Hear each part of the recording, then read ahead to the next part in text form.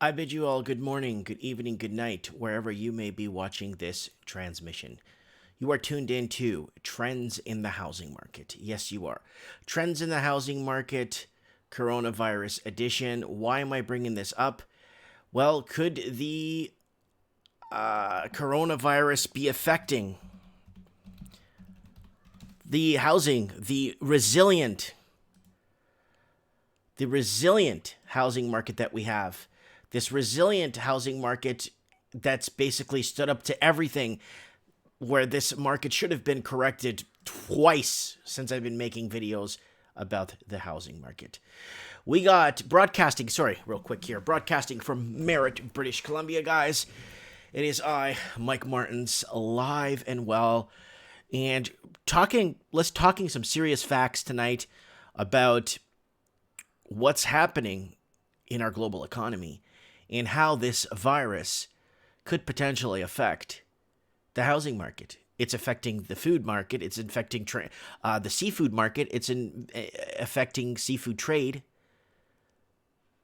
But could it reach housing? Is housing so resilient that even one of the greatest viruses that, I mean, I don't know if I'm not going to get into, I'm not going to get technical with anything, but could it be that even the housing market will be resilient to it?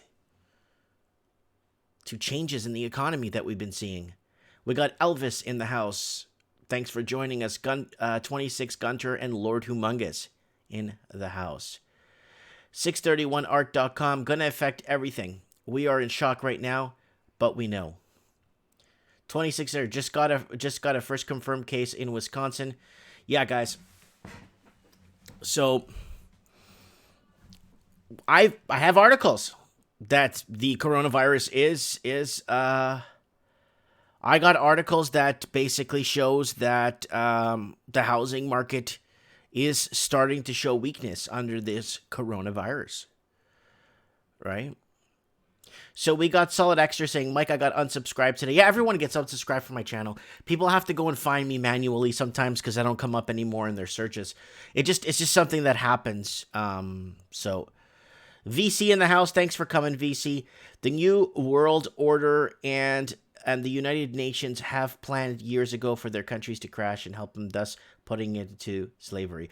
Road Rash in the house, how you doing, bud? Thanks for joining us, Road Rash. That was a really good game for Sega Genesis.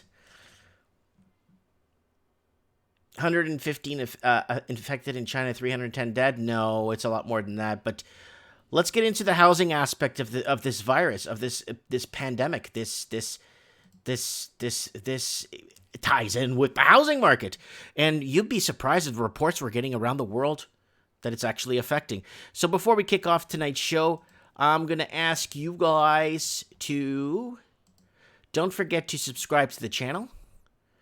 Don't forget to join the channel. This way you don't get unsubscribed. Go to here, click join, $1.99 a month. And then what happens is your little S thing starts changing colors. After 1 year of being a loyal follower of the channel, you get a red badge. So you're going to start seeing people's little S's change from green to a metallic blue, like a navy blue, and then it goes to a yellow, orange. Yeah. So that's really cool. Join the channel, guys. Support it. I'm getting destroyed in the whole AdSense. I was doing decent with the AdSense up until a month ago. They're hacking me back huge. Like almost like why? You know what I'm saying? And you could also buy something here if you want to buy a mug. It's super cheap, $12 for a mug. It's like I think it's like $9.90 US for a mug. Mike in the Night swag, Mike in the Night pilot episode, Lord Humungus mug. Right here, Lord Humungus. This is a really nice one. There's Lord Humungus from the front, and there it is from the back. Gold and silver is real money. So if you guys like Lord Humungus that comes on the show, we got a t-shirt. We got a mug made with that. And then we got Patreon supporters. I'm asking you guys to move over to the Facebook section of it. Under the join section, if you could go from Patreon, because Patreon is a lot of work. And I'm getting, again, more messages. So add me on Facebook, guys. Here you go. Here's my Facebook. You can message me on here. So here you go. Paste. Here you go. Fan me on Facebook and follow me on Facebook and message me anytime.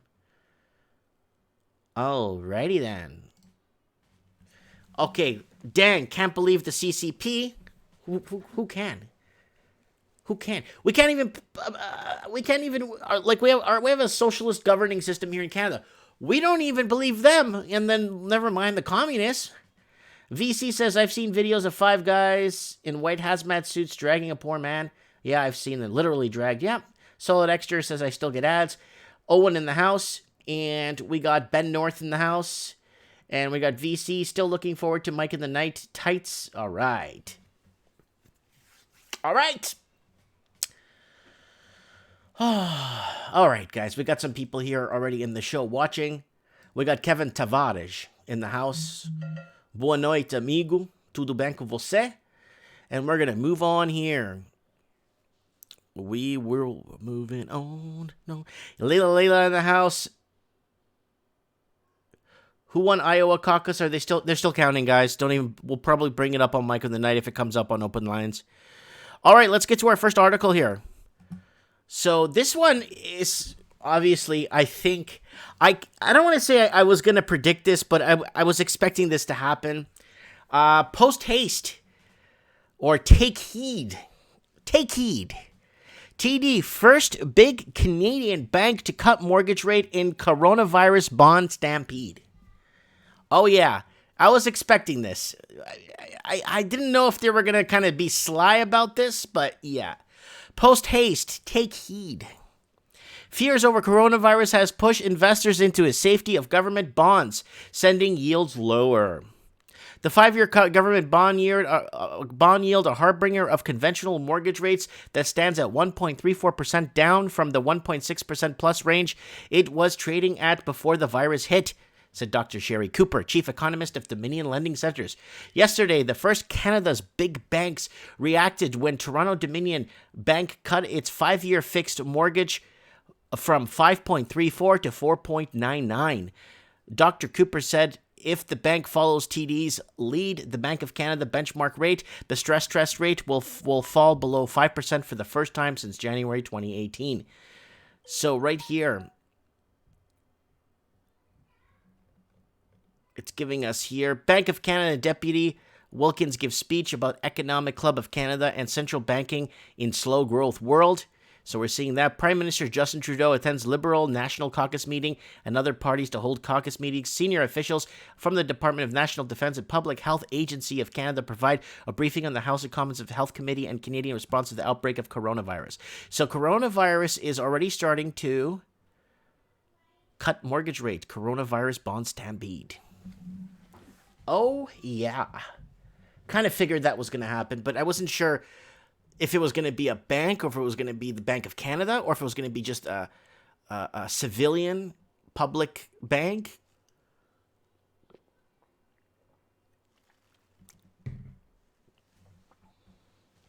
Owen's asking me in Portuguese, why is it never a good moment to buy? Hold your horses, buddy, because now the coronavirus is taking effect on our markets. Inside the coronavirus, impact on U.S. real estate. So you guys in Canada thought that real estate was cheap, like in Miami or South Carolina, Texas. People in Canada looking down at the States are looking at, oh my goodness, that same house in my city is like 13 times more the price. And then people in Canada is like, yeah, but this is in Canada. We're good. Yeah, are you going to make 13 times more money to pay that house off in Canada? I don't think so. When real estate broker brought a group of Chinese clients to visit a Manhattan luxury apartment tower last week, the building staff had some concerns. In the wake of the Chinese government's decision to put in the central city of Wuhan on lockdown, the following reports of coronavirus cases in Seattle, Chicago, many of the prospective renters, mostly international students, had taken the precaution of wearing medical face masks while in public. There was a bit of a misunderstanding, but we cleared it up quickly, said Zua said. In America, when you see someone with a face mask, you think it's because they're sick. But in our understanding, you wear a face mask to avoid getting infected by others. You see, that's what they don't understand. You avoid the face mask for you not to touch yourself in certain areas to affect yourself, right? Or not give it to somebody else if you have it, if that makes sense. So it is adding. So the situation. Meanwhile, New York's condo market, recent developments in China may simply confirm that we've been common knowledge for some time that the once booming mainland Chinese buyer has long died down amid the tight capital controls and trade tensions. Asked if coronavirus had led to a noticeable decline from buyers from China, Sotheby's international retail broker Kevin Brown said no, because they weren't here to begin with, due to the geopolitical issues. Brown is a senior partner of Nikkei Field, and Sotheby once noted the adeptly riding the wave of mainland Chinese buyers. So that's what happened in Canada, where Canada basically was a lot more of an open door and a lot easier to come in with money, especially when Canada is sitting on $200+ billion in Chinese laundered money. That's the place to go, is Canada, right? And Australia and New Zealand are basically open doors when it comes to bringing in dirty money, right? I don't know if you guys remember the article I did. London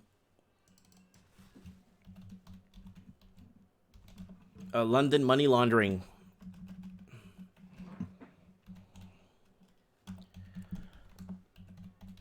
So you guys could see. It's not just so here it is, guys. World economy would collapse if the city of London stopped laundering money, says HSBC whistleblower. So there you go right there. London, Canada. Canada would be in a recession, and London, the world would be in collapse if they stopped laundering money. So that's just how it works, guys. That's just what we're in right now. So, okay, let's go back to the comments. Mike, I've got a coronavirus, drank too much Coronas, okay. Lord Humungus says, can you give an image? Can you image those cheap apartments in Wuhan? The ventilation systems.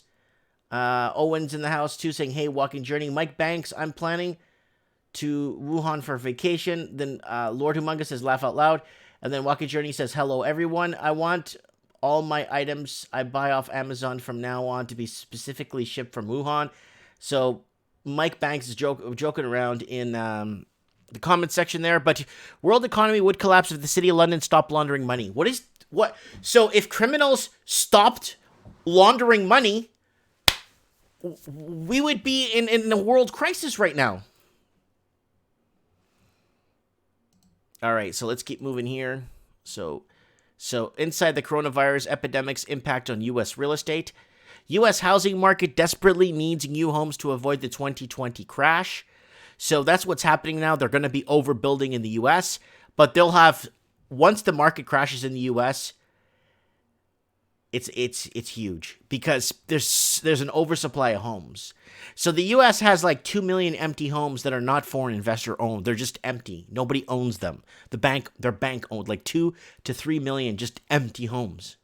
Like empty, not owned by anybody. So they have an oversupply of homes already that are just sitting empty all over, littered across the country. And now they're going to start going into this overbuilding. London did this 5 years ago. Vancouver did this 4 years ago. Australia did this 3 years ago with their housing bubble. We need to build more to free up more inventory. Bullcrap. So we got a lot of people here. Raven is hiding in the laundered money under his cheap rug, says Mr. Clean. Layla says the guy with the banana taped to the wall is our artist.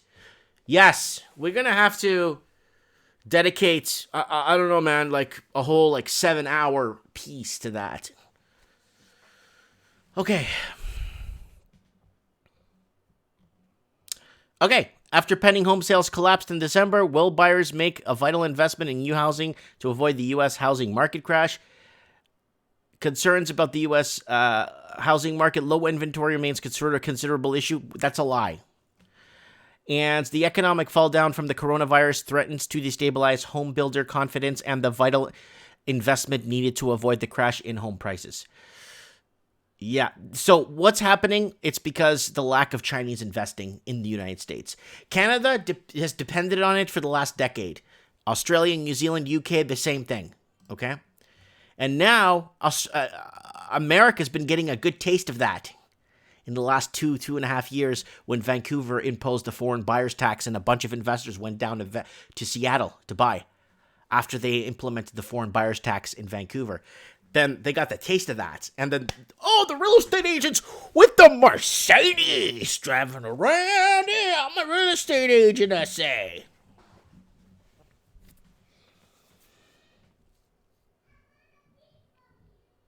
Yeah, Doug Washington. I gotta get Doug Washington on the show. He's saying there's a building apartments like crazy in Dallas.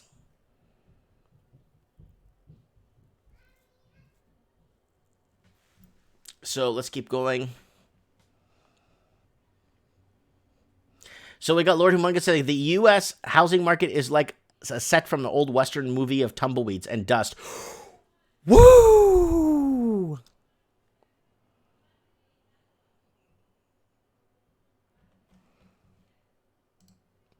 All right.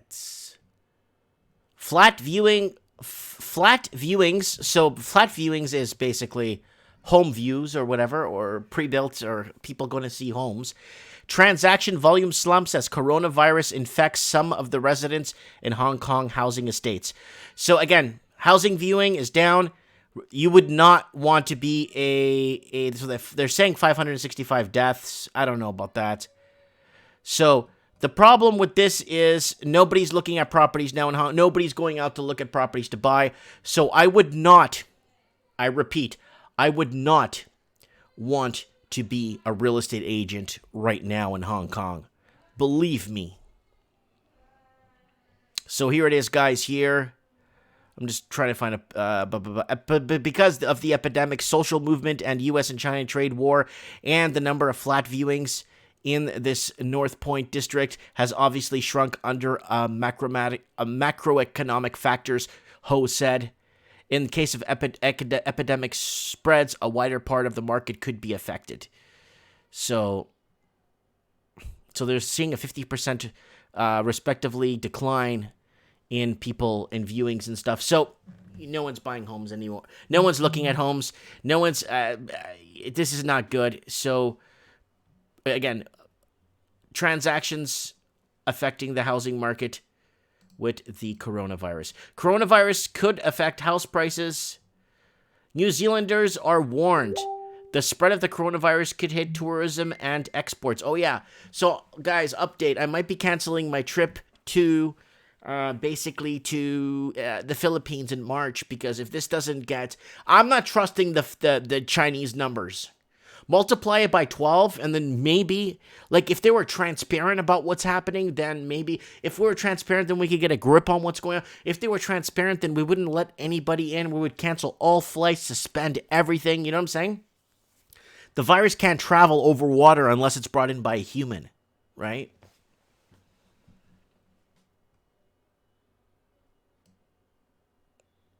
All right. So, independent economist Tony Alexander said the virus, of which there have been more than 6,165 confirmed cases, more than 130 deaths, could have an impact on house prices. So, the pace of economic growth in the country, this is in New Zealand, okay? Country will be slowed by the reduction in tourism activity and increased caution by consumers and businesses generally. Now, this is what I'm afraid of. Would New Zealand or New Zealand governance or Australia, Canada get so greedy that they need to keep air travel open from China to bring in more money, basically? And if they do that, why would they put their locals at risk because of money? Like, that's how low it's getting. This will reduce the ability of business to raise prices and reduce the chances of inflation moving upward. That's good! Stop raising the damn prices! Woo! Guys, I'm just bombarded with messages here, guys. Bombarded. I just keep getting messages every 12 seconds here.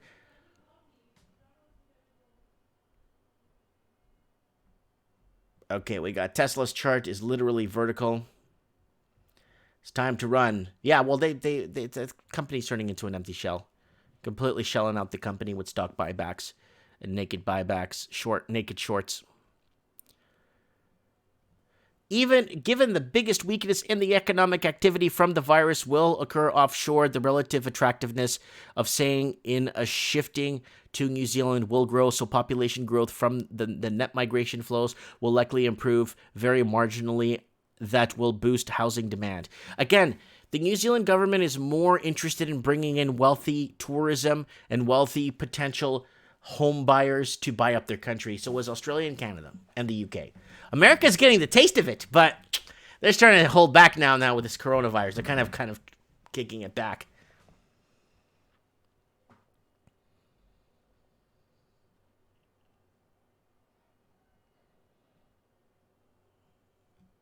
So Mike Banks says the sooner you admit you'll be poor forever, most likely won't be able to buy a house in your homeland, the sooner you will move on to things in life that hold substance. The kind of substance that makes life worth living. Exactly. Thank you, Mike Banks. Mike Banks is our local Mike Martin's channel psychologist, and he brings up very good points from time to time. Okay, guys, whoever's messaging me on Facebook, take a break for a while. I got, 56 messages. So, guys, take a break. Relax. Take it easy.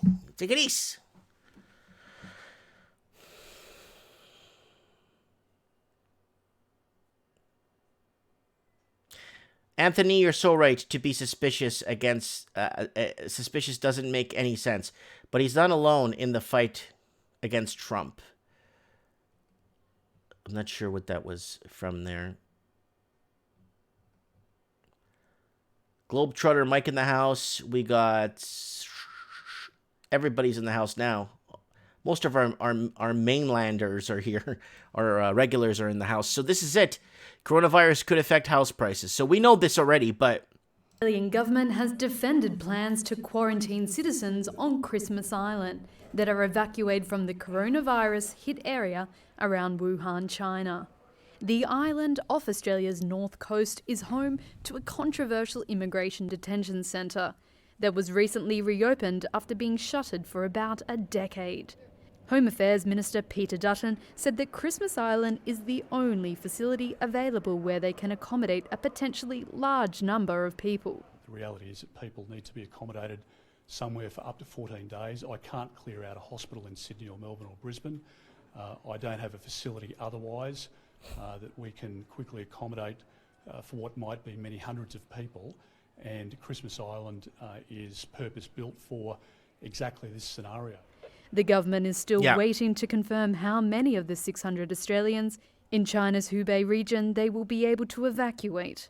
The centre currently only houses one family of 4 Tamil asylum seekers. Dutton says the evacuees won't be using the medical centre or other common areas, but they will remain restricted to an isolation area. So my message, very clear message to people on Christmas Island, is that we won't be using the medical centre or the health facilities on Christmas Island. We won't be utilising other areas, common areas. Questions have been raised whether the government's decision has been made in part to justify the costly reopening of Christmas Island Detention Centre. There's also been criticism around people who may not be sick stuck in detention for 2 weeks. Yeah, it's gotta suck being in detention for 2 weeks if you're not sick. But the thing is, you'll be surrounded by other people that are sick, and that's the scary part. Real estate agencies, concerning note on window amid coronavirus scare.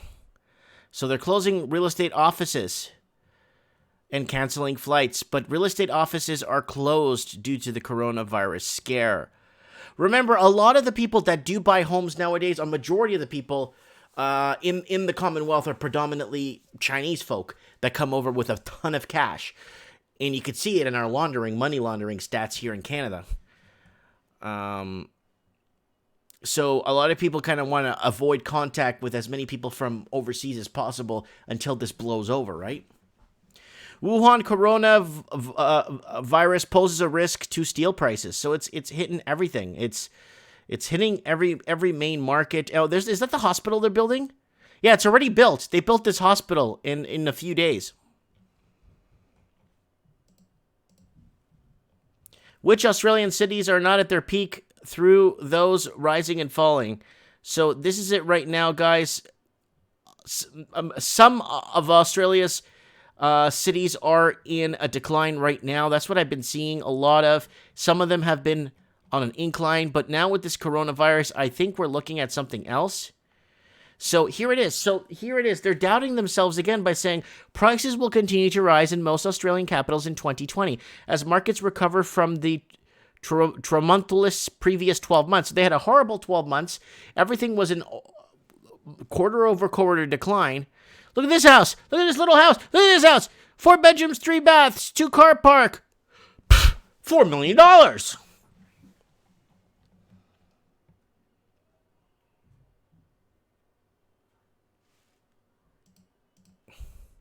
World economy would collapse if the city of London stopped laundering money, says HSBC. They need to continue working with criminals. That's how the banking system works. Criminals work with criminals.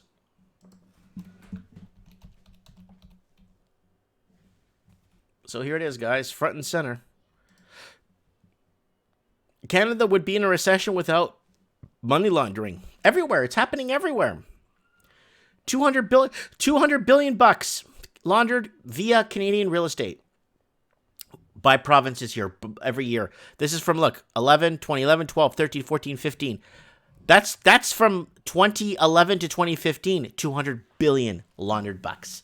Keeping our economies going in Canada. Keeping Canada's economy going and the world's economy going so it won't collapse. So we can't stop laundering illegal and dirty money. So 663art.com says, what happens if the Chinese start to sell their properties? Okay, well, this is what's going to happen. We're going to see a massive oversupply on the market because they want to unload properties. But then there's going to be a problem because I've already seen this in Vancouver because the properties in Vancouver are dropping. And there's been a tension between people there. I noticed that communities are saying, oh, these locals can't afford their own housing. Now we got to find people from our country to come here and buy the house off of us. The locals here don't make enough money to buy their own houses in their country. And they beat up on the local Canadians for not being able to afford to buy a house in their own major cities because it's 20 or 35 times their annual income. So there's no way they could be anywhere within reach of it, right? So there's going to be a massive oversupply on the market, and then prices will start to dwindle. There'll be defaults, people walking away from properties, and that's basically what's going to happen.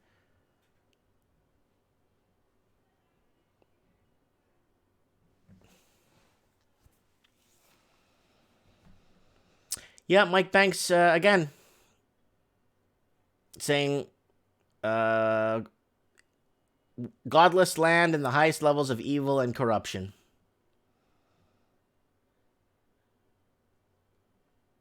Yeah, Elvis got a very good point. New hospital has bars inside the rooms to keep you in. Yeah, that's really good. That it's true. It's true. So we got tons of art. I mean, you type in coronavirus, milk market or milk transports. It's affecting the housing. It's affecting the fishing industries are completely shut down. They're not shipping to China. So like in Newfoundland, they ship their lobster to China because they pay $30, $40 a pound. But the Canadian stopped eating lobster a long time ago because they used to buy it at $5 to $8 a pound. Now, they obviously found a bigger market that could pay more, right? Now, that stopped. Halted in its tracks. Now it's affecting. How does it affect the housing market, Mike? What is it? A lot has to affect the housing market because then people can't pay their damn mortgages and they start defaulting when all the industries start going down.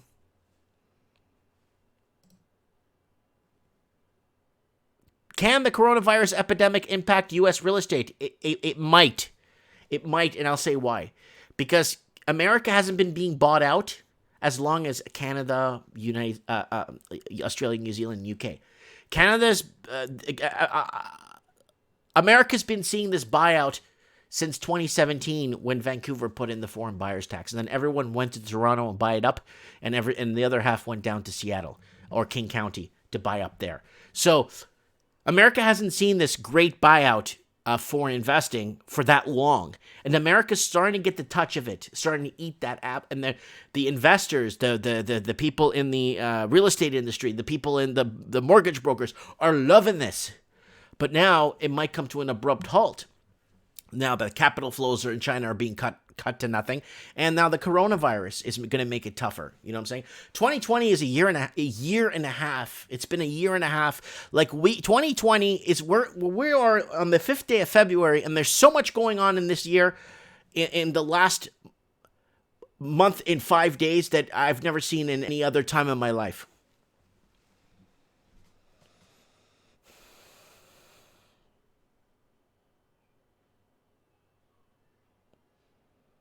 So Jordan Retro in the house. Everybody's flowing into the comments section here. All right, let's do a quick channel plug here. Been talking too much. All right, guys. Please, they've been actually cutting back on my AdSense. If you actually know my AdSense is at right now from where it was, it's not good. Yeah, Lord Humungus has it right. Van life. Guys, if you want to support the transmission, go here, click join, and go ahead and join. The longer you stay as a member, the more your color starts to change here on your little thing. You got a bunch of emojis you could use. If you guys want to support the channel, you could do that. I mean, I don't know what more I could do, you know what I'm saying? Go ahead and shop. We got the Raven mug. We got the Lord Humungus mug. We got the pink Lord Humungus mug. That's in here. Everybody loves Lord Humungus. Look at that. Oh, baby, Lord Humungus. And so it's like $10 for a mug. If you guys want to support that, please do that. There's all kinds of stuff. The Mike of the Night towel, I'm going to order this in for the show. And I might put this behind me. This thing's awesome. The Mike of the Night towel. Got lots of Mike of the Night stuff. Mike of the Night swag here if you guys want to support and do it that way. We got the Raven mugs here. Morning coffee with Mike. This is a really popular. I already sold 4 of these. Try and don't get a light color like this. You could barely see it. A dark color like this is fine. And the back, anytime, is coffee time. Basically, with morning coffee with Mike. So that's a nice little mug there for a friend or someone that likes the show. But it's very inexpensive. So if you guys want to help out and support that way, please do so. Patreon supporters, I'm asking everyone to cancel their Patreon. And then move over to this, because it's just right here. Go to join. If you guys could do that for me, and then select the level there. It's just too much work having multiple platform. Please, guys, if you could do that, please. And don't forget to message me on Facebook. I'm going to leave my link here for you guys to message me on Facebook if you want. I got a lot of cool links from a lot of people the last couple of days. Sending me kind of heads up on things to read or look at, and if I get around to it, I can. Yeah, Branco is saying 28,000 infected, 563 dead officially, probably 10 times that. No, that's 10 times in the West here. That's how much they lie here. In China, probably times 25 times. Or 30 times, to be really, if you want to get frank.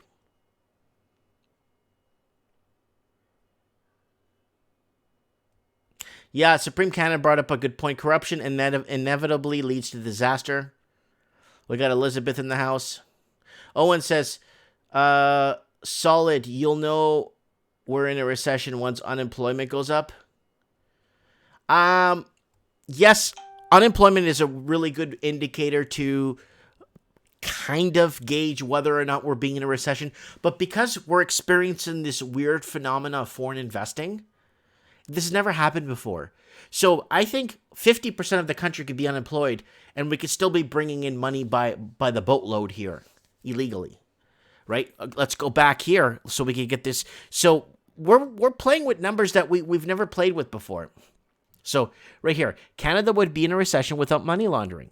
$200 billion in like 5 years laundered through Canadian real estate. Again, world economy would have collapsed if the City of London stopped laundering money.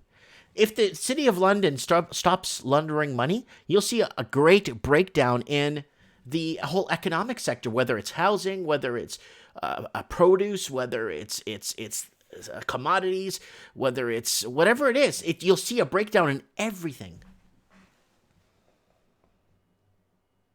It's now or never. So what's the best thing to do at the moment, Mikey? You know what? Prepare. Have, you know what? It doesn't hurt to save up and hold 6 months or 3 months of food that won't go so fast. Food that won't rot so fast. I think preparing and having flashlights, candles, lighters, all kinds of stuff. Those little power solar panels, a life straw. Buy a life straw. Buy these things. Prepare, guys. Tablets to disinfect water. It does not hurt to own this stuff. Okay? A Swiss Army knife. All kinds of stuff you could have. A fishing knife, like one of those to gut fish. Rope. Lots of things. Like, prepare. Have it all organized. Know where everything else. Have a bug-out bag just in case you have to leave. Especially if you're living in an apartment. We need to talk about maybe Mike in the Night this Saturday. When we do Mike in the Night, we're going to have to do a Mike in the Night pandemic bug-out edition. What to do if you live in a condo. A majority of people do live in condominiums and apartments. And I think that is probably the last place you want to be if there is a pandemic outbreak. Is the last place you want to be in is an apartment, right? So.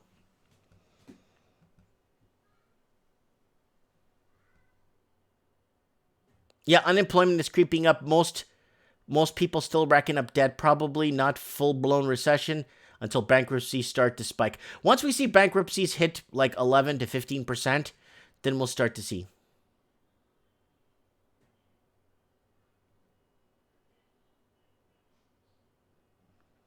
Overlord, no. Upper Overlord 1984 says, what do you do if you take extremely expensive prescription medication? How do you prepare? I think I would just die if a depression hit. Well, I'm not a doctor, but I would start looking at, if that was the case, I know some people are in really serious situation, right? But I would look at alternatives in natural medicine. I'm not saying to do that, but I would look at alternatives of what people used 100 years ago to cure what you have today medicinally. Is there anything on this planet? Like, I'm not saying to give up. You find ways, you know? Elizabeth's got it right. You need to start praying. Yeah. Power of prayer is actually a lot more stronger than you could imagine. Yes. Vips is saying coronavirus is suspected to be higher than they're reporting. Of course it is. When did you ever think a government, like in the West, like a socialist government here in the West, will actually tell you what the numbers are on anything? They don't want to tell you the numbers on immigration. They don't want to tell you the numbers on intermigration in the country. They don't want to tell you the numbers of homelessness. They don't want to tell you whatever numbers a StatsCan has. They don't want to be frank and transparent with nothing with you. And they're going to tell you how many people are dying of a dreaded disease that could basically bring down their house of cards. I don't think they're going to, I don't think they care about what we think about this disease. They don't care what we think. And they don't care if we know.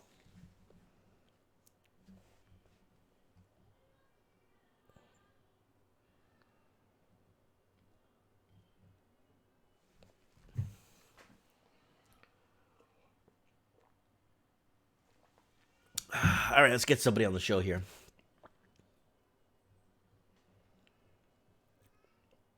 So, economic impacts from the coronavirus tonight. We're talking about economic impacts. Let's see who's available here.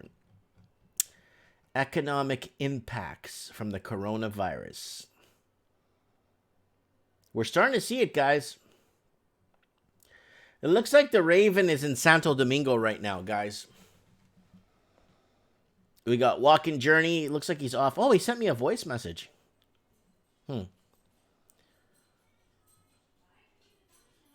Okay, let me see if I can get Evan on the show. I haven't heard from Evan in a few weeks. Evan, the economist, the McChronicle, the market guy. Let's see if he picks up. Hopefully he's sleeping.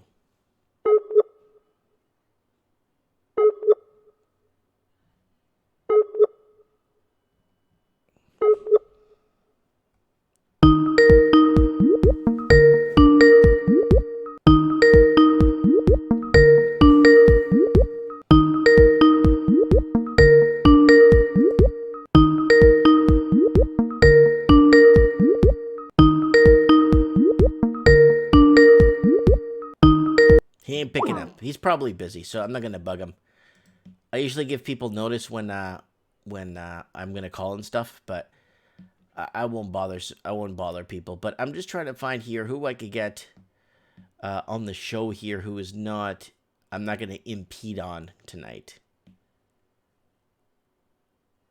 Yeah, I got some very disturbing visual videos today. That's from China. And it's not the typical ones you see that they're going around on Twitter, like the typical guys falling over and all that stuff. It's not even that. It's not even that stuff. It's pretty deep stuff. And when I saw that, I went back to the video after to show somebody else, and it was taken down.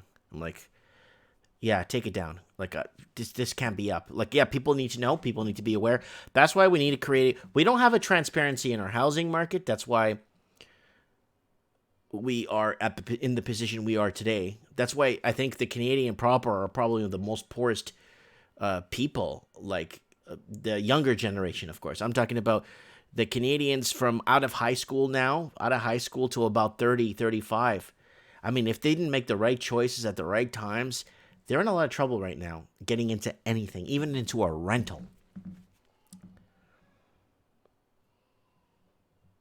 So we got Supreme Cannon in here commenting.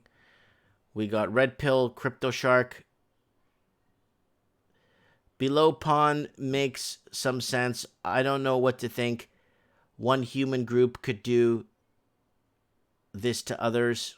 Bioweapons. Sorry. It's just the comments are pretty small here. Since what I think a human group could do to this to others, I don't think it's I think they've fantasized. I honestly think that a lot of the big guys up there have fantasized on creating these bioweapons, and they fantasized gaining control of the world by unleashing and pulling the trigger on a mass pandemic. Like, I think they have already, but I don't think they would actually go out and do something like this. I think this is a mistake. I think something happened. I know there was an earthquake in the area there, just maybe 12 miles out of Wuhan, where the big disease center for what do you call it, for those people that research diseases and stuff and mutate viruses and stuff. I know there was an earthquake in that area the day of the coronavirus outbreak that started. There was a 5.0 magnitude earthquake that has never had an earthquake there in like hundreds and hundreds of years recorded. So something happened somehow, and I think it's this dreaded effects of coincidence that just kind of fell into each other. You know what I'm saying?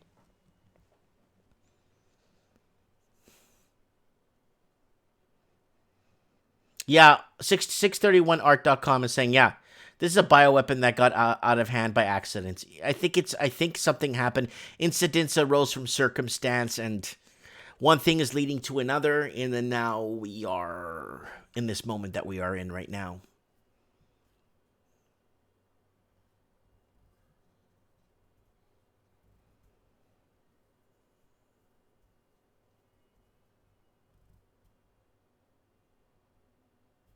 True News has some great commentary on this. Yes, Red Crypto Shark says. Bill Gates is a SOB, says Elizabeth. Leo saying Russia handles... also Russia's been handling bioweapons since pretty much, I think it was 51 when they got one of their bigger biotech laboratories about 250 miles northeast of St. Petersburg. 200, 300 miles northeast of St. Petersburg. They got one virus hidden, like their own Area 54, and then all the way in eastern Russia, all the way east, closer to Afghanistan, maybe 200 miles northwest of the Afghanistan border. Russia has another massive facility where the train goes out to these the Center for Disease Control, whatever you want to call it. They used bioweapons in World. Yeah, of course. Chlorine and all kinds of crap. Yeah. They've been using bioweapons since the time of Genghis Khan. They would get these people that died of smallpox or all kinds of Black Death or diseases, and they throw these dead bodies over the wall. I mean, they've been doing biowarfare for millennia now. But yeah.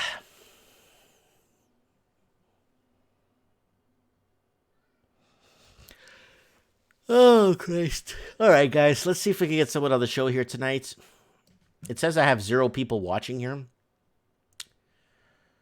That'd be a bummer. But I got the comments moving really fast, so I don't think there's really... it's saying 0. 0 people watching. Yeah, Lord Humungus said it's lung flu with AIDS. Adrian Sharp, yes, it's spreading very slowly. Oh, okay. Overlord saying 98 watching. Okay. Thank you. I appreciate that. Okay, good. It's just showing me 0. It's been showing me 0. I've refreshed 3 times. It keeps showing me 0 watching. Great, guys. Okay, so who wants to come on the show and talk about this economic... Now, you type in coronavirus / housing, coronavirus / oil, coronavirus / anything, and it comes up. So here it is, some articles that I post haste. TD first big Canadian bank to cut mortgage rate in coronavirus bond stampede. Inside the coronavirus epidemic's impact on U.S. real estate. U.S. housing market desperately needs new homes to avoid the 2020 crash. Why? Because I think U.S. is now starting to sell out to foreign interests, right? Their housing, just like Canada, Australia. So U.S. is trailing behind by about 7-8 years. The economic fallout from the coronavirus threatens to destabilize home builder confidence and the vital investment needed to avoid a crash in the home prices. So America now is doing that. It's kind of good America's doing this build, because then America will have such a huge oversupply on the market. And you thought buying a 1-bedroom condo in Miami Beach for $140,000 was cheap? Watch when they keep building and oversupply. When that market crashes, you could go down to Houston and buy a friggin' condo on your friggin' credit card. I'll tell you, for like $20,000. Watch. Keep oversupplying the market. Keep playing the supply and demand issue like Australia did, Canada, UK. Keep playing the supply and demand issue and see what happens in America. Watch. We got flat viewings dwindle, transaction volume slumps as coronavirus infects some residents in Hong Kong housing estates. So people are not looking at properties there. Coronavirus could affect house prices. This is coming from New Zealand. Real estate agencies concerning note on window amid coronavirus scared. So they're closing their offices because real estate agents are closing their office because a majority of the people that are obviously they're predominantly Chinese. They're coming in and buying homes, so they got to be careful, right? Wuhan coronavirus poses risk in steel prices, so steel is next. Yeah, and this is my favorite. World economy would collapse if the city of London stopped laundering money, says HSBC. So criminals work with criminals. That's how it works. Criminals only work with criminal entities. Canada would be in a recession without money laundering.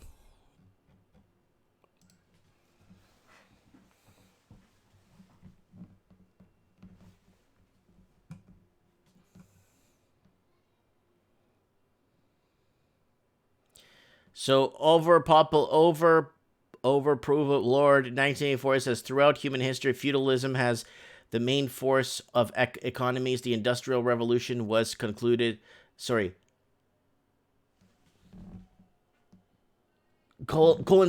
that made the middle class thrive, and now it's going back to feudalism. Yep, like I keep saying on the channel, guys, we're all doomed for serfdom.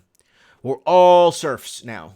We're gonna die a serf, and I'm not trying to burst your bubble or, I just want people to wake up to the fact that it's an economic takeover. It's a health takeover or a viral takeover with health risks now. There's everything. And our governments are asleep at the wheel for the last decade. Why? Because maybe it's in the agenda to do this. Maybe this is what they're supposed to be doing, right? Yeah. Solid Extra brought up a really good point. Is every career path BS now? That's it. Honestly, I don't blame him for saying that. He's young. He works at Swiss Chalet, and he's watching people. You know, he's a young guy, and he's watching people working at Swiss Chalet that are like 65, and he's wondering, man, is that going to be me when I'm 65? So a lot of people are starting to wake up to reality. You know what I'm saying?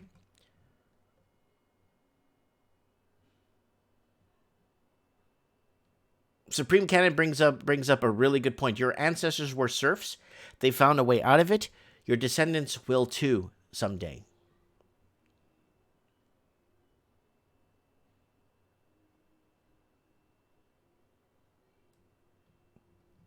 So it's now or never says, Lord, it's raining and we're going to have rain for the next 5 days. So it's going to be okay at the moment in Australia. Brush fires and stuff, bushfires. Yeah, we got to do a Mike in the Night this Saturday. Surviving the coronavirus in a condo. A majority of people live in condominiums, and a majority of people live in apartment structures. What could they do? Like, maybe preparing a bug out bag. Maybe I'll go to the dollar store and show you guys how I could throw together a bug out bag for under $30 Canadian. Basically, I provide my own knapsack that I have around the house. Then I go to the dollar store and show you guys what I could pick up or potentially get that could help in case of a scenario where I have to leave. The last place I want to be is in an apartment.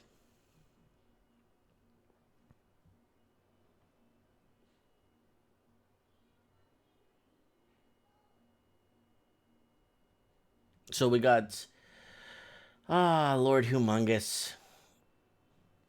Wonder where he's at. Let me see if I could call him up. I hope he's not in jail. Let me see if he picks up. Give it a quick chat with Lord.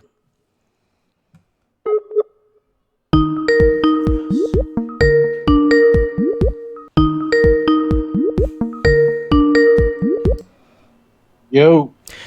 Coronavirus impacting our economies. It's happening. What should we look at? What should we be looking at the economies right now? You're looking at some virus suits to put on.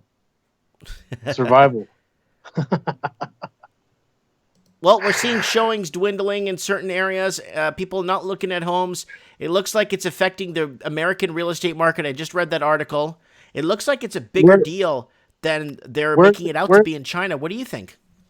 Where is it affecting the U.S. market at, Mike? Say that again. Sorry. You said you read the article. What article was this? It's right here. I just read it in the show. Where in the getting affected? Coronavirus epidemic impact the U.S. real estate market. Wow. Yeah. Well, I would think something like that would affect everything from across the board. It is transportation, food production. Well, Canada's no longer shipping its fish. Our fishing industry, our lobster, is no longer being shipped out to China as of 4 days ago. Well, that's good because you guys need to keep your own lobsters. Well, no, the locals can't afford to buy it. It's like $30 a pound. It's like $8. Well, used to be $8 a pound. I used to love fresh lobster. That was good. Yeah. So now, okay. Now, let me ask you this question. Is the housing market going to be resilient to this damn virus? Is the housing market still going to stand? No, I don't think so. I think the main virus is the mortgage virus and the banking, all the liquidity and repos and everything that's weighing down on that entire sector globally. They use that, like we talked before, they use that to, pump up their phony numbers. The Fed's injecting what would they just inject today? $95 more billion. Oh, I thought that was pesos. No, no. Oh no, sorry. They're injecting in $95 billion today to create the great American peso on path. Exactly. Now you got it. So that's why silver is key to hold because that will hold its value in a paper collapse. So it's just like good money chasing after bad. All these young guys like Solid was talking about becoming a truck driver. I would say there's a lot better opportunities out there to make money than being a truck driver. But Well, truck driver gets you out and about, gets you to know the area, the landscape, get to know the way to land. It's a kind of good if you're young, a good thing if you're yeah, young to get around out and about for a little while, and then yeah, but making it'll connections. also it'll take its toll on your health too, Mike. That's what a lot of people don't understand. You know, it definitely had an effect on my health. You know, you're eating crappy food all the time, and then they work you like a dog. You know, you drive up to 11 hours a day. You know, But what if you just oh, eat Chick-fil-A? well then you might be all right. That or a Popeyes chicken sandwich. You know, Okay, so okay, realistic. So now, guys, so let's discuss. So what do you think of your mug? I love it, man. You gonna ship one down to me? I will. I'm actually this week. I just been so busy at the shop, like just getting things. I paid my PST today. I got a lot of things straightened out this week, and then I got. Did you see my electricity bill? $490. Yeah, that is just total. Oh, it's just, dude, that hurts to look at a bill like that, man. Yeah. Oh, It's we get just, that every month now. So when the gas bill goes down, the electricity goes up $429 for my electricity, and then my gas is $447. man, they are gonna drive everybody just into the brink of insolvency. I mean, it's just crazy. No, these bills are not sustainable. Yeah. You know, I mean, gas should no. I mean, it should not be that much money at all. I mean, really, it's just a shame. It's just a way for these clowns to just keep depleting us, man. And that's why I tell everybody get as minimal as possible.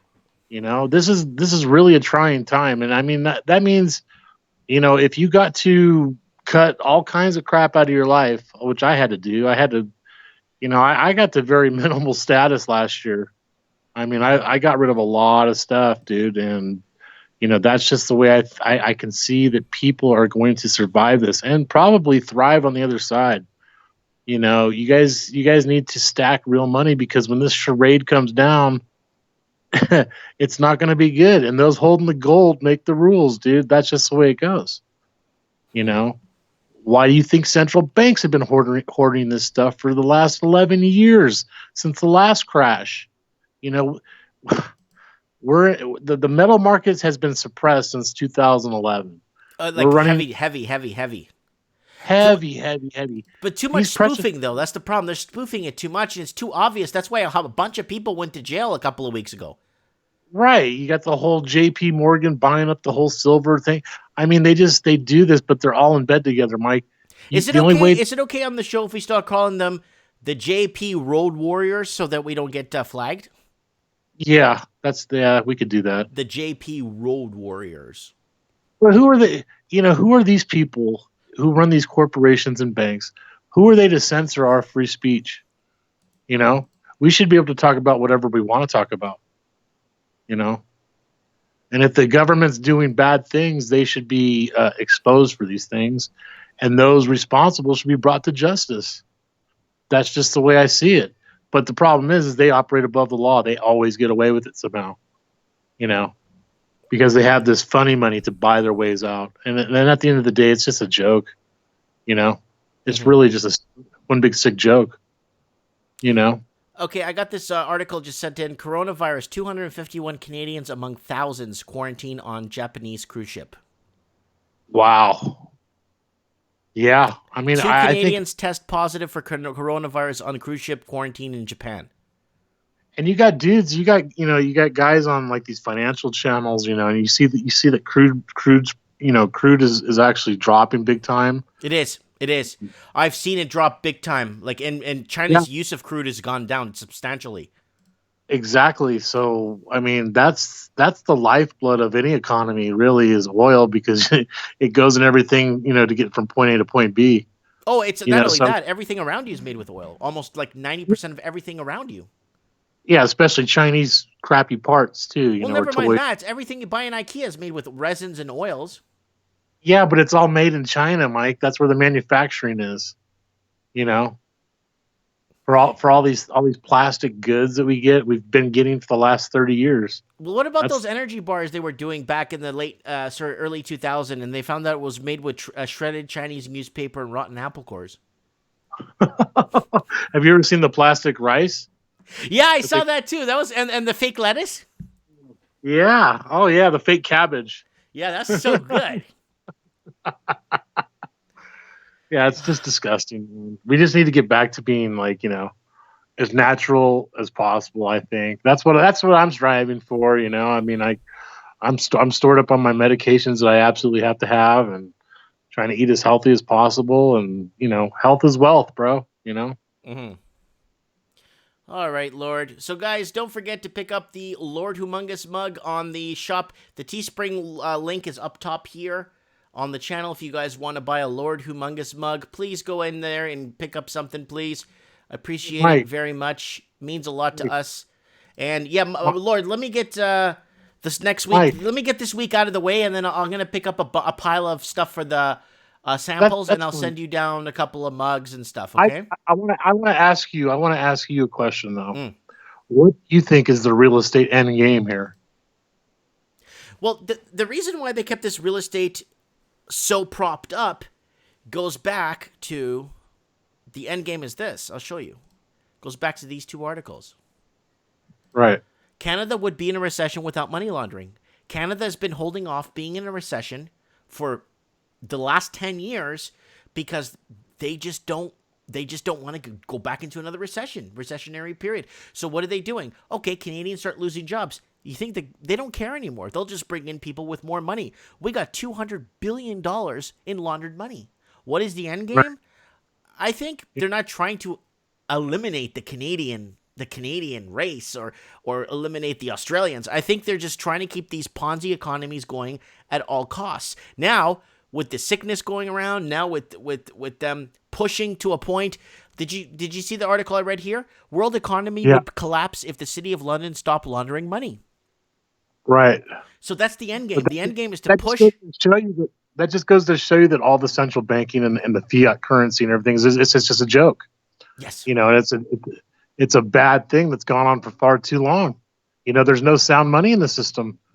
It's not backed by anything. So how the hell are you going to pay a debt with a debt? Well, that's exactly what's happening. Now we're getting to a point where we're going to be paying a debt with a derivative. Yeah, and negative interest rates, right? Right.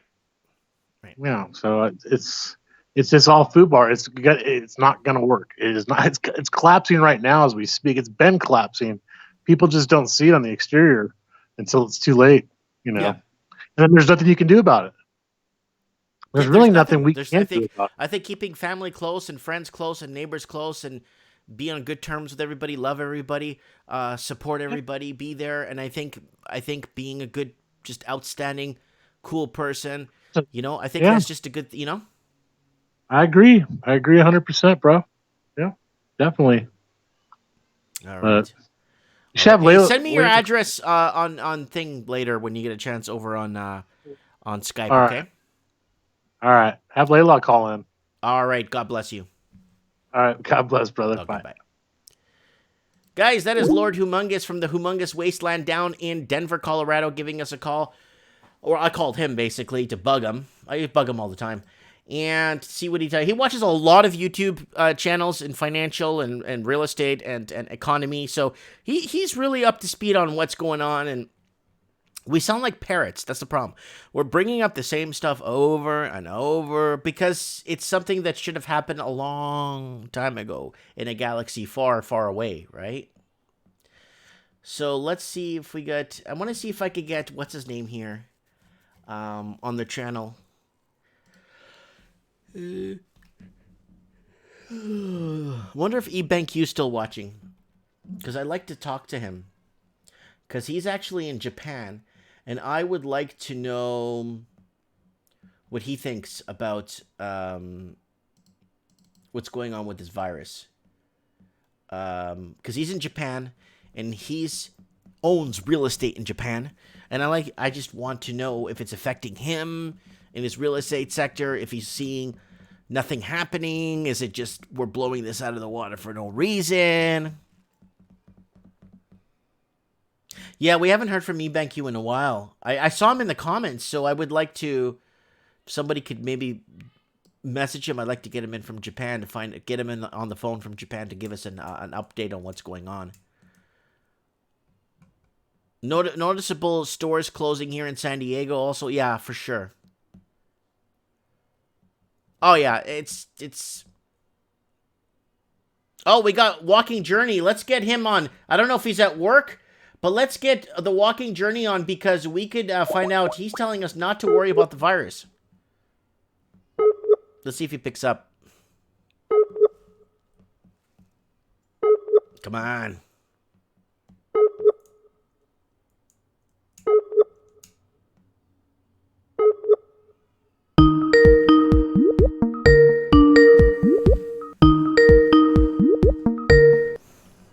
Mike, can I call you back, man? I'm cutting my hair. Okay, bye. Sorry, man. Bye. All right, he's cutting his hair. All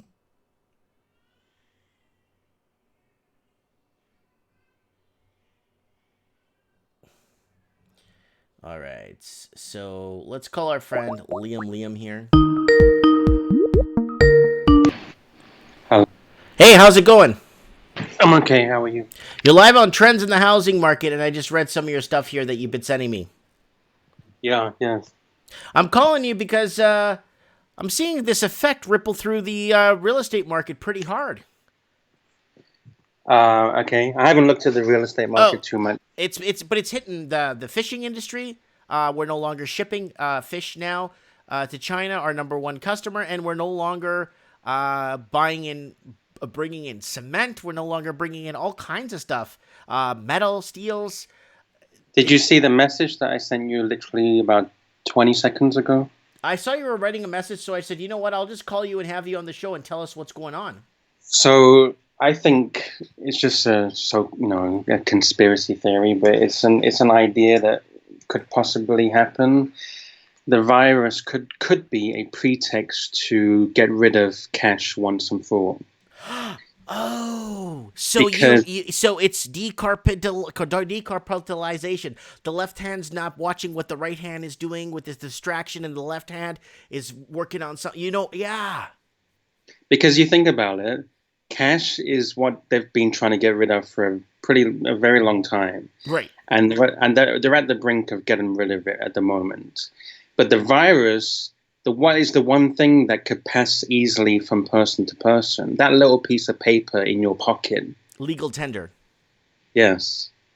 So, everyone knows that legal tender is so dirty. It's disgusting if you knew all the fecal matter and all that kind of stuff that's all over that money, right? Right. So if people got the virus and they're handing over money to people, that little piece of paper is spreading the virus. If it became more mass pandemic. Interesting. So then they'll be okay. The government might come and say, well, look, that little piece of paper that everyone's passing between each other is causing the spread. We've got a solution, right? Crypto or their own version of crypto or just normal digital cash or, some card with a chip and pin. I don't know. But, they've been trying to get rid of cash for a long time. And digital cash, they can track it a lot more easier, right? So. Of course, I think every transaction, mom and pop shops go under overnight. Hot dog stands, food vendors go under. Yeah.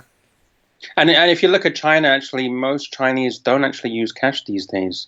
They're all using digital wallets. I forget the names of the wallets, but I think it's some kind of like WePay, some kind of social wallets on their phones. Most people, I think Alipay is one.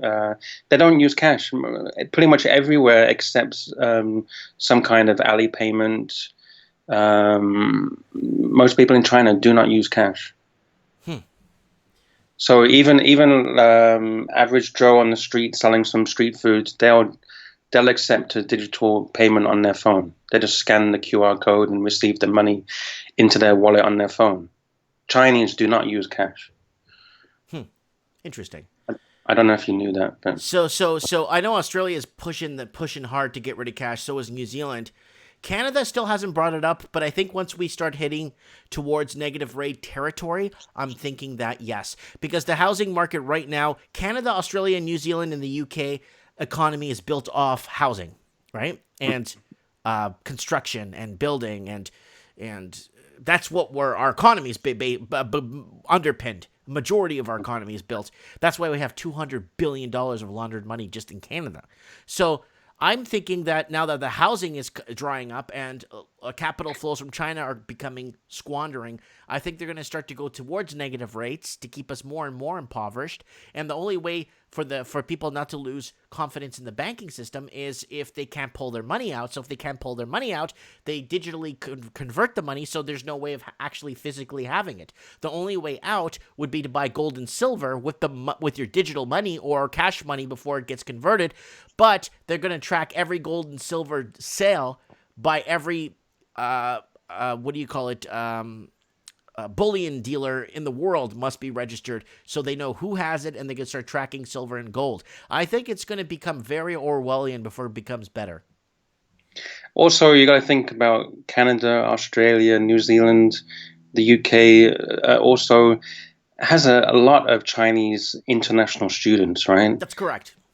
So if they all start to go back home, or they don't have access to money because their parents are becoming bankrupt because their factories are going out of business or whatever, that's going to be a big impact as well, because there's a lot of international students in Canada from China. Like, Yeah, Vancouver's called Vancouver because all the Chinese students came over. There's a lot of Chinese international students there. yeah. Vancouver's predominantly Chinese now. It's very changed. It's everything's changed there. I left there. I just didn't feel But happy living there. I've lived in Vancouver, I've lived in Melbourne, I've lived in Auckland, I've traveled all those countries for extended periods of time. And Melbourne is the same. It's all Chinese international students. New Zealand, Auckland is the same.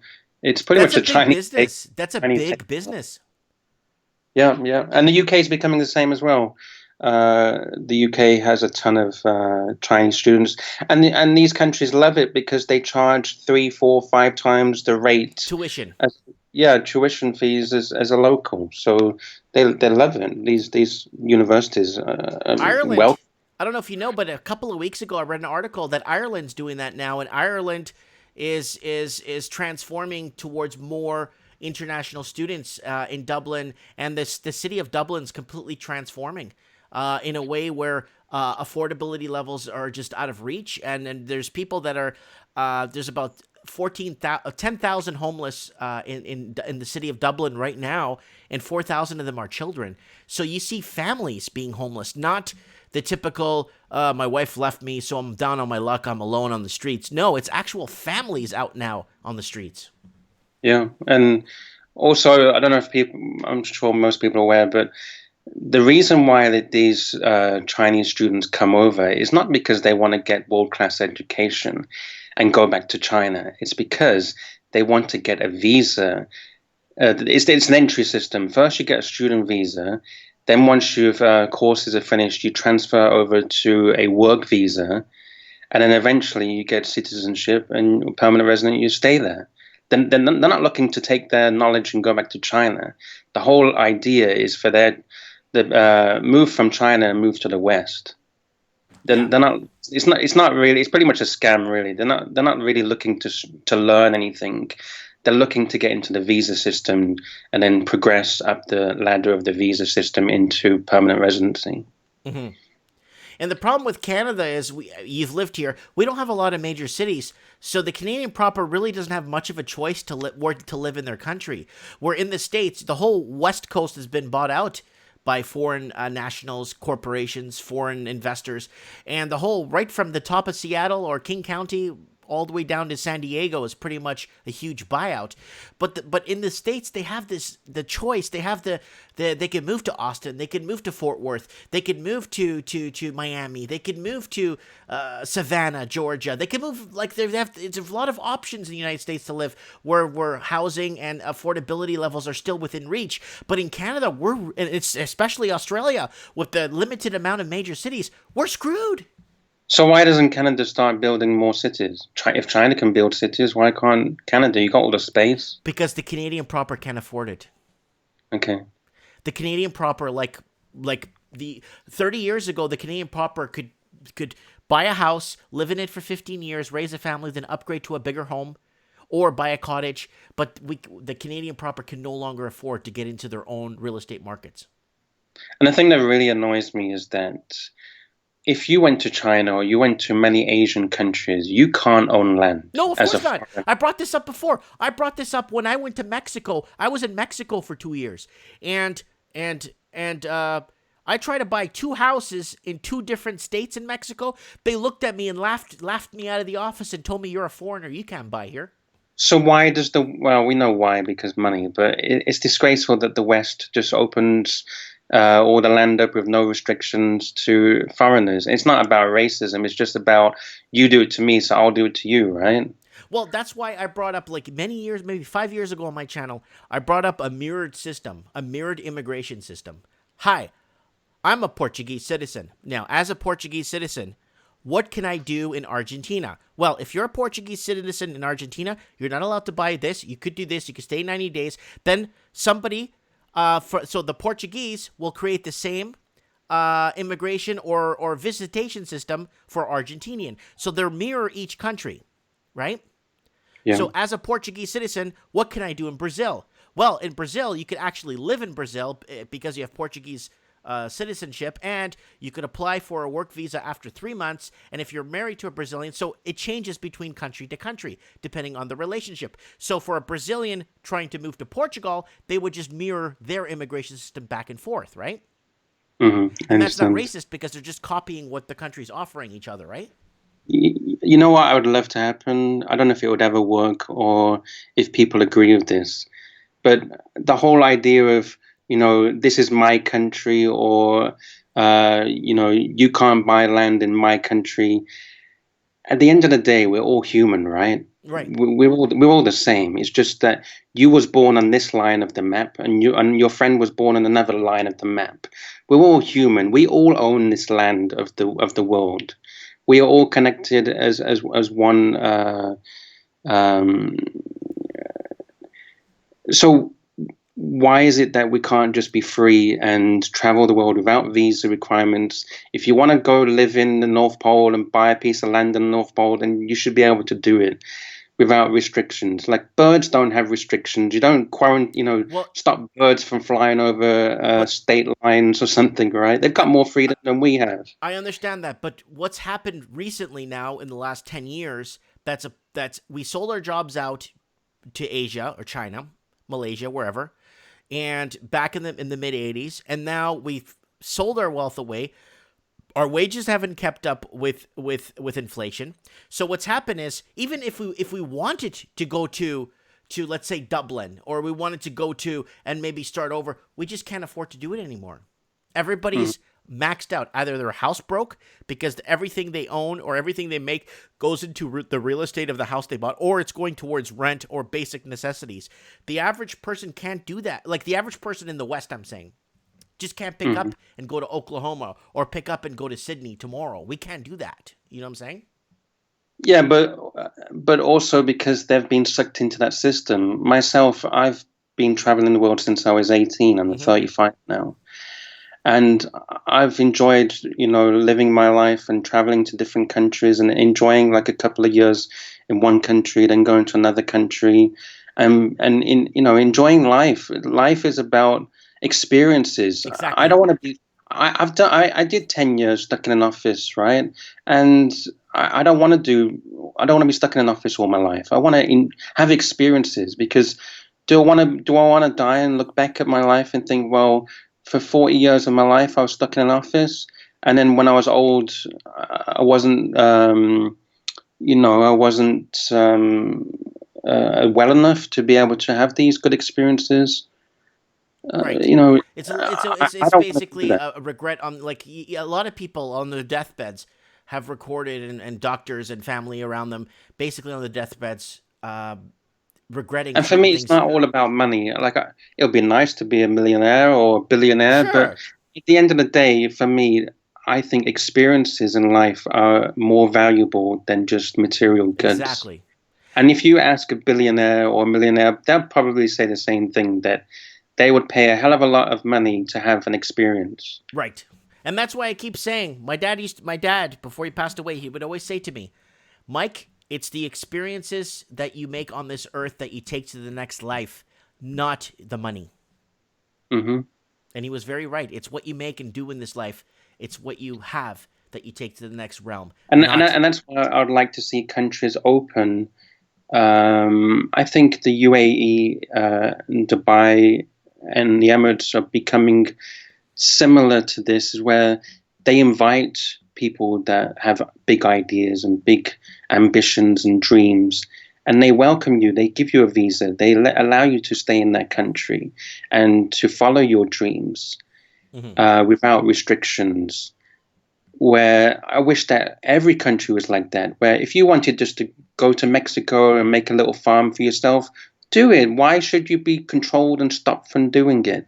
If you've got the money to buy a piece of land at the whatever the local rate is, then you should be allowed to just go and follow your dreams.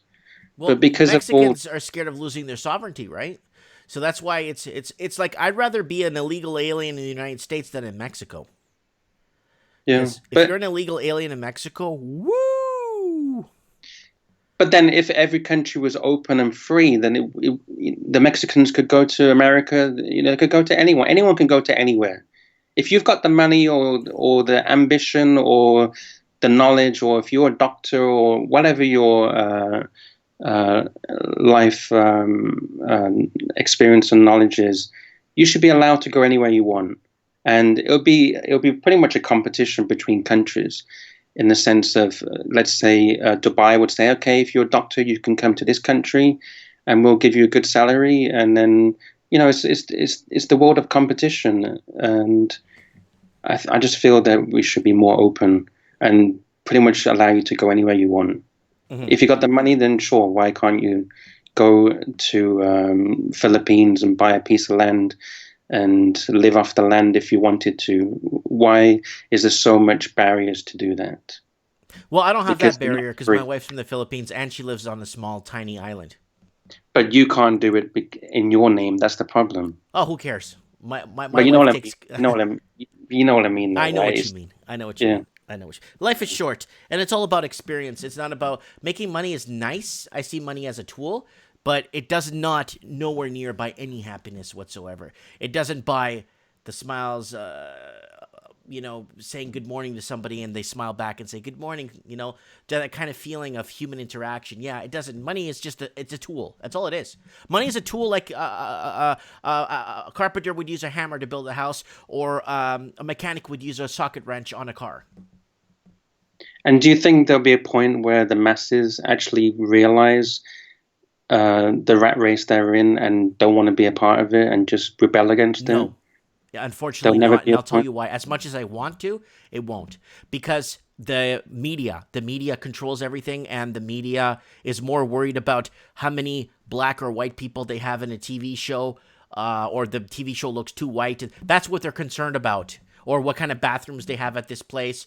Or they have But five why is different it that the bathrooms. West That's is what they're like? concerned about right now. So no, they'll never get to the point where they realize that they've wasted their lives, or they've been in this rat race trying to do good when realistically they're just destroying mankind. Yeah. But you say about, which is true about, the marketing. You look at TV commercials, and there has to be an Asian guy, there has to be a white guy, there has to, every race has to be in that TV commercial. Why is it like that in the West, but in Because in they're Asia? you know what I'm saying. I go down when I went down. It's like when I visited Jamaica. I go down to Jamaica, right? I'm gonna go in the parliament there and go in and look around and say, hey, how come there's no white people here? Well, sir, this is Jamaica. I mean, the Jamaicans work here. Well, yeah, yeah. Yeah, it's like me saying, well, this is not fair. We need more white. There's not enough white people here working in here. You know what I'm saying? Well, no, you know what I'm saying, right? So, Yeah, but the thing is, as a white person, we don't care. I think that majority of white people couldn't give a damn if there's no whites or this or that or that. I don't understand why it's the other way around, where they're like, oh, well, there's no Asians in here, or there's no Indians, or there's no this. But I don't even think Asians really think like that either. I think it's just the the HR companies and the people that are afraid of offending everyone. no, you know what, guys? If you guys want to get a good taste on what's happening lately, watch the Globe Awards, watch the Emmy Awards, watch all the awards this year, and watch the Miss Universe. Watch all that stuff this year and kind of see how they're propagandizing. Watch the Star Wars movies, for Christ's sake, and you'll see what I'm talking about. And you say about movies, I can't watch movies anymore. I don't know about you, but You don't want to know what Marvel's doing in their movies or what their Hollywood is opposing now to do in their movies. I don't even want to be a part of it anymore. Yeah, that's why I don't watch movies anymore, because I can see all the little hidden agendas, and I can see them pushing these ideologies and things. And nearly every movie has all these symbolisms, and I just can't watch movies anymore. I can't watch TV shows and mainstream entertainment. I just can't do it. I love watching Mike Martins and seeing Mike Martins, baby. Yeah, You know, because see I'm true. I'm real real. Yeah, that's why, and I think that's why YouTube is so popular, is because people want to see real stuff from real people, right? But And you know, back in the day, like I remember when I saw Smokey and the Bandit for the first time, I watched it in the mid '80s, and man, after watching that movie, I wanted to buy a Trans Am, right? You know what I'm saying?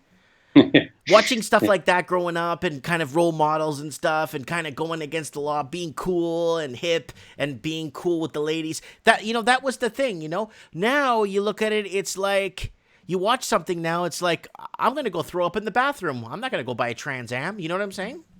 yeah. Yeah. I know you mean. Anyways, All right, okay, you know what? Come on the show on Saturday. I think it's going to be Sunday your time from Mike in the Night. We're going to be talking about how to quarantine yourself if the virus does break loose or there is a mass pandemic, how to survive in a condo. Because a lot of people do live in condos and apartment structures. There's got to be something we could discuss about helping people if they're quarantined in their apartment or something. You know what I'm saying? Something, bring up some good points and keep people, Yeah. Yeah. All right, cool. I'll speak to you then. All right. God bless. I take it easy. Bye. Bye. All right.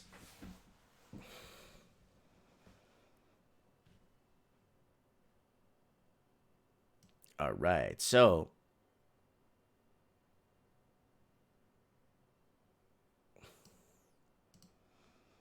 that's what it is. There was a good question he brought up. Do you think the people in the rat race on the treadmills or wherever they're at will actually take a step back, 2 steps back, take a look at the scenario, assess the scenario, and find out, hey, my parents, grandparents, great-grandparents owned a house.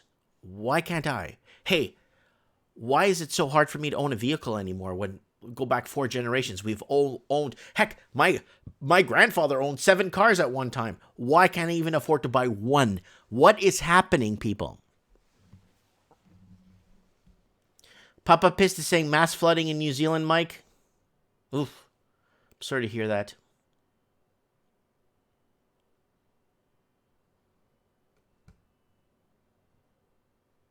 Yeah, I've traveled. This gentleman that was on the phone did more of, it sounds like he did more of the Commonwealth, like Canada, Australia, New Zealand, I think the UK. I was more Latin America because I speak those languages, so I was more like Miami, Mexico. I was deported from Dominican Republic. Where else? I've been to Jamaica, and I've been to all the islands. The islands there: Saint Kitts, Saint Lucia, Saint Andrew, Saint Pomme de Terre. I've been all over all those areas. Margarita Island. I've been, and then up to what do you call those guys? Where everybody hides their money there. The Grand Cayman Island, then around Cuba. I've been around on a sailboat with my friend. Yeah. So people are saying, Leo is saying, I love you.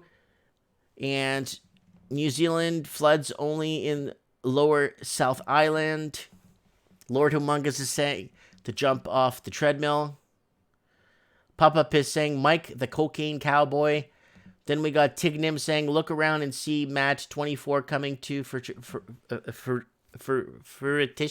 I can't say that word. I don't know why. Steve Stevens says these movies and YV shows are filled with women superheroes and on testosterone. Devaluation of money, says Globetrotter Mike. Supreme Can says jump off the treadmill before you get kicked off. Either way, you're coming off. That's true. Admit a failure. Admit, never walk into a fight, guys, you know you're going to lose. Never. Because it will never end. You'll never win that fight. And I'm not trying to be like negative about, you know.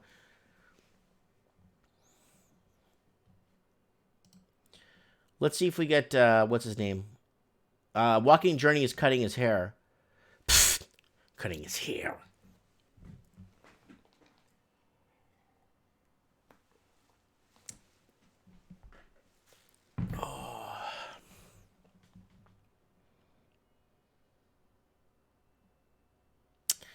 All right. He was commenting on here. I'm not understanding why he doesn't call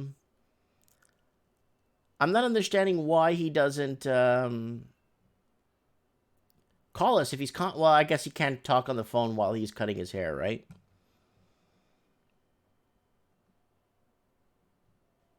All right, let's see if we could get guys, this Saturday is Mike of the Night. Surviving the coronavirus. We've been talking about survival, bug out bags, things to do, man. Maybe a life straw. Maybe pick up a few things for survival that could help you. Maybe I'll go to a dollar store and set up a complete bug out bag from the dollar store with rope, different little odds and ends, and aspirin, Tylenol, important things to have. You know what I'm saying? I think you could even buy a stitching kit to make your own stitches if you cut yourself.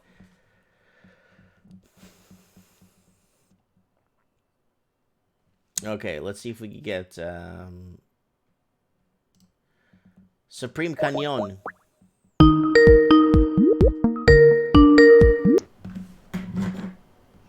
Mikey! Yo, what's up, Cardinal? How you doing? Oh, I'm okay. So, just quiet. This is affecting every market. This coronavirus. Canadians are no longer shipping their lobster.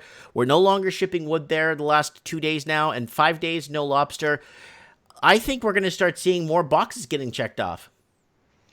Oh, I agree. I completely agree. Yeah, I mean, so much stuff gets circled around the world into China to get manufactured and then shipped out again. And I would imagine any container ships that have left that region, there's probably no more getting loaded until this is resolved. And there's nothing produced. There's nothing to load anyway. Well, so yeah, I said on Saturday there's going to be a big air bubble in the gas line of the economic system just because of all the production that's done there. This is going to be fascinating. So here it is. We got our major articles for tonight's show, Trends in the Housing Market, Coronavirus Edition. TD, first big Canadian bank to cut mortgage rate in coronavirus bond stampede. I already saw this happening. I kind of figured. I didn't think it was TD to do it, but it happened. And then we got here in this article, inside the coronavirus epidemic's impact on U.S. real estate. That's already starting because foreign investing isn't flooding anymore because people are being held from leaving the country. U.S. housing market desperately needs new homes to avoid 2020 crash.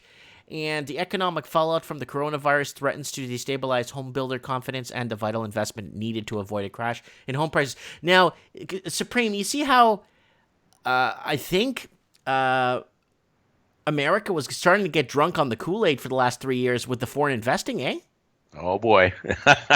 And you notice the same pattern that happened in the UK, Australia, and New Zealand, that it's a supply versus demand issue, which it never was? Yeah, that's right. Well, yeah, I mean, supply demand is completely broken in Canada. I wouldn't be surprised if there's areas of the United States where that shows up. Of course, 3.8 million empty homes across Canada. Yeah, that's ridiculous. If you've got that many people that need to buy a home, and you've got that many places sitting empty, what does that tell you? It tells you that whatever those houses are valued at is an illusion. The only way they can maintain the illusion is to keep that flood of money coming from offshore to keep buying the places and keep a bid under those current prices. And that if this is interrupted, especially if we get some serious investigations into all this money laundering, at the very least, it's going to slow it down considerably. It's going to run out of steam. The illusion, the lie, the shuck and jive, the con, whatever you want to call it, is going to start getting outrun by reality. It's going to catch up. It's going to come around. Flat viewings dwindle, transaction volume slumps, and coronavirus infects some residents in Hong Kong housing estates. So what's happening is there's no showings anymore. People aren't looking at property anymore. That's going to actually, when you get a month over month, sales and you have quotas and numbers to hit, you're going to go 2, 3, 4 months with no sales. That's huge. Oh, it's a major interruption. Even if things, people intended to go back to normal when this was all over. Of course, coronavirus is a much more immediate threat in Hong Kong or anywhere in China than it is here. I mean, when you're pondering your mortality for a month to find out whether you've got this or not, or exactly what the effects of it are going to be, it's all up in the air right now. Yeah, I mean, people are not going to be thinking about this. They're going to be thinking about, I need to get the hell out of here and go home and lock my door. There's probably people just on a knife edge ready to just get the hell out of wherever they work and get away from people for a while. Mm-hmm. It's going to be a major disruption. Okay, we got here, coronavirus could affect housing prices. New Zealanders are being warned. The spread of the coronavirus could hit tourism. So we completely forgot that on the last show. Tourism gets hit. Guess what? Tourism attractions lay off people. The local New Zealander can no longer afford to pay his rent. And then it's a trickle-down effect that gets so dangerous. Definitely, yeah. And that's the thing. Yeah, you're throwing you're slamming on the brakes. Right, and you got a car that, like I've been saying, is already spinning rapidly to try to get up that snowy hill, and now suddenly someone slams on the brakes and says, "No, you can't do this now." The U.S. stock market has gapped up the last 2-3 days because obviously there's a lot of people that are already thinking 3 months to a year out on what this is going to mean, and there's just a whole lot of things that rely on a constant flow of money velocity to keep going, and there's just crucial areas of the world where money velocity is going to drop to zero. And you can pump money into the markets all you want, but that's not going to put people back on the assembly lines building real goods. So the disconnect between funny money and the real economy is going to widen in a way it hasn't in many years. Yeah, because prices might come down to reality. We're going to be paying $11 for a liter of gas if it comes to that. Well, it could be. If prices come down to reality where they should be at, because of the amount of mass, deflation of the currency, because wages aren't keeping up with inflation. It wouldn't be surprising to start to see things go overboard in pricing. Okay, next article: real estate agencies concerning note on the window amid coronavirus scare. So remember, in the West here, a lot of people, it's not the local Canadian that goes up and I feel like buying a house today or renting it out as an investment. Yeah. Majority of Canadians are completely bought out of the market, and the people that do own a lot of older boomers are not interested in doing that kind of stuff, right? So no, that's right. They have to limit. Basically, the article says they have to limit the amount of contact with foreign, national foreigners that come in that they do business with already. You know what I'm saying?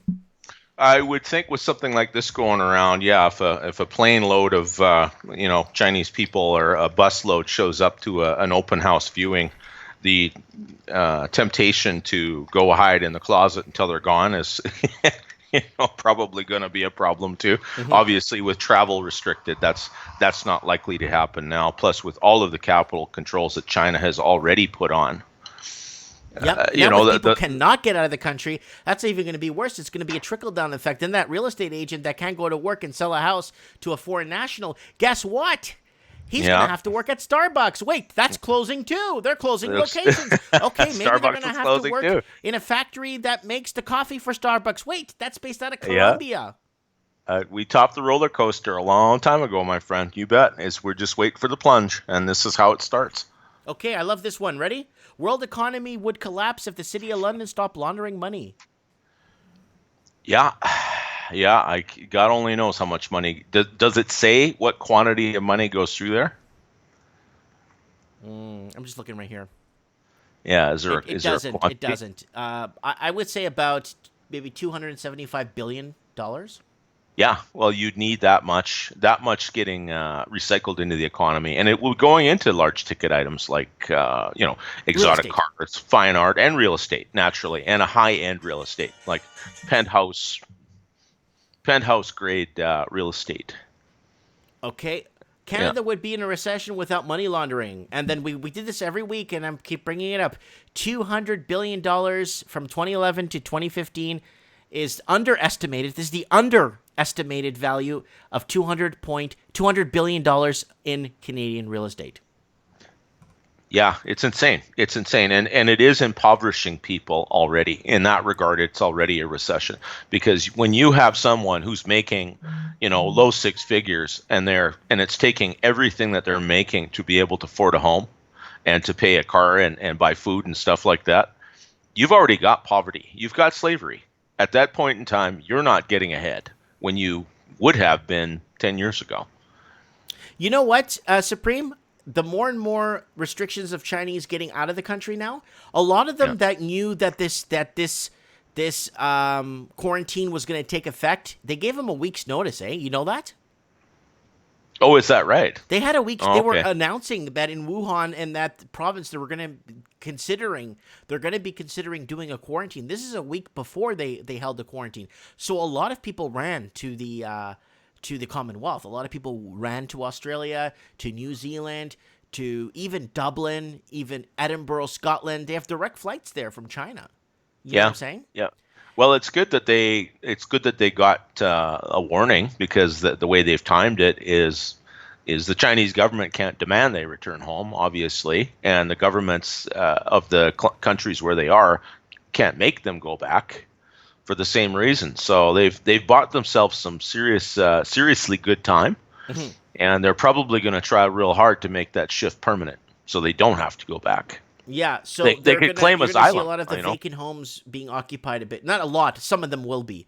I spoke to a friend that lives down in Vancouver in the residential areas there on one of the side streets, and he told me like he has a neighbor on his street. He doesn't have any neighbors on his street because nobody's never home, or they have a Christmas or Chinese New Year decoration from the year of the horse on one house. Yeah, I'm And the not house has surprised. been empty, like in his street. So he told me that this guy moved in, like from China, and he's like, he's owned the property the whole time.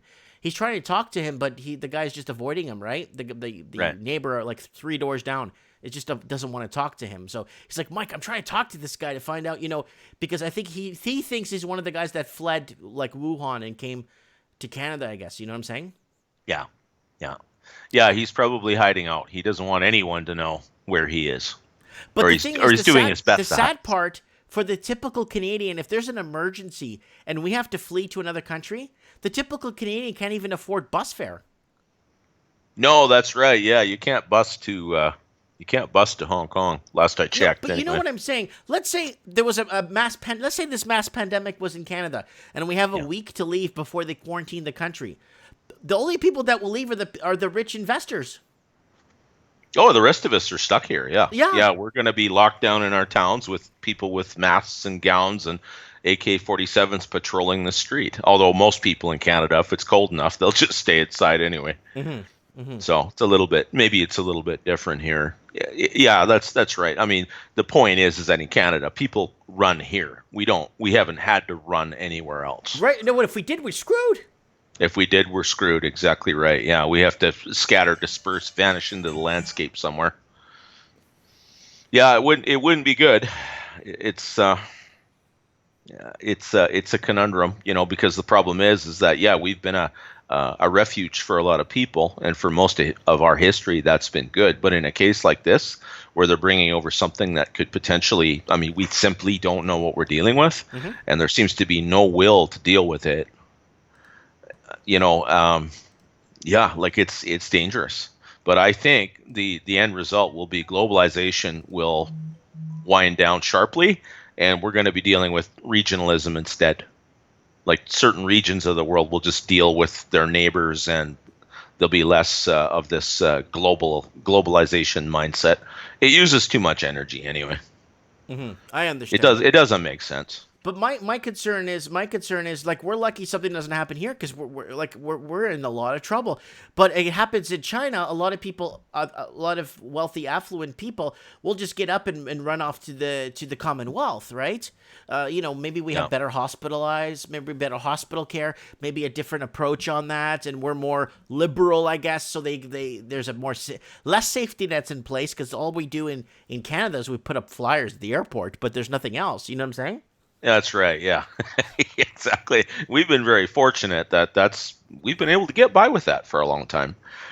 Most of the people that are coming here, they're going to Vancouver and Toronto anyway. If they're coming from overseas, I don't think that the country is settled. So we don't need settlers to go and into the Arctic or anything like that and build cities there or develop trade. And we're just basically a resource supermarket for the world anyway.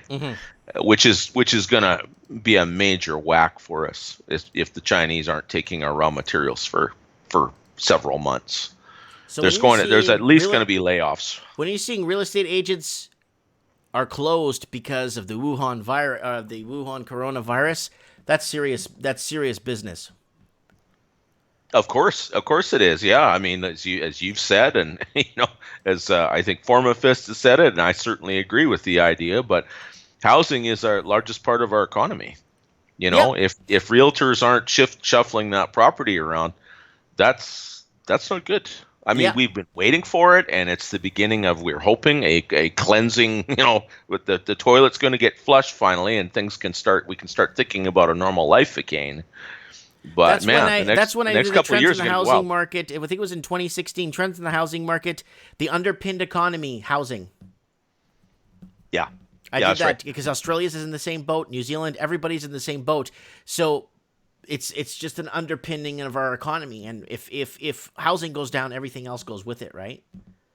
Definitely. Yeah. I mean, the number of people employed in construction and producing the raw materials and the fittings and the windows and the doors and lots of that stuff is produced here in Canada, just because it's local. It's if that all grinds to a halt, even for several months, that's mass layoffs. Even if the intention is to resume once the all clear is sounded, and even if the funding is there to pay these people to go back to work and finish building whatever they were working on, it's a major air bubble in the system. It's a big gap.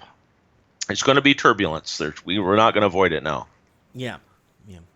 All right, I'm going to see if I can get Steve the plumber on the show. Absolutely. See if I could get him on the show, Supreme Cannon, see what he's got to say about what's happening there in his neck of the woods in the housing crisis, and if what's happening there on the ground in the coronavirus, if he's seeing any masks. Yeah, he's in ground zero, him and three right guys, you betcha. Yeah. You take Okay, care. pal. We'll have you on the show. Hopefully, if you're available on Saturday for Mike in the Night, we want to talk about survival and bug out and how to survive a pandemic if it does come to, because a lot of people are thinking the government's going to come and save them. Well, I don't know how, but if they know something we don't, it would be nice for them to come on and share it with us, eh? Okay. All right. Okay, buddy. All right. You take care. God bless. Nice talking. Good night, everyone. That is the Supreme Cannon. Let's see if we get one last guest on the show. Steve the plumber. Let's see if he's available. Haven't heard from him.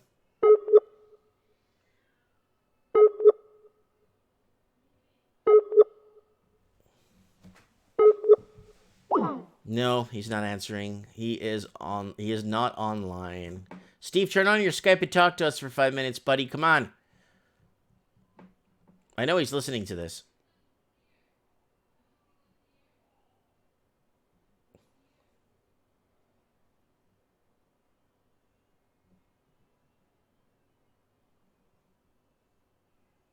It never rang. Hold up. Oh.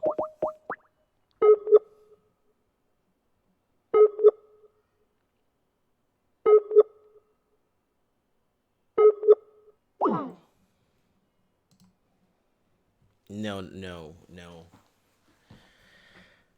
No connection from Steve the plumber here.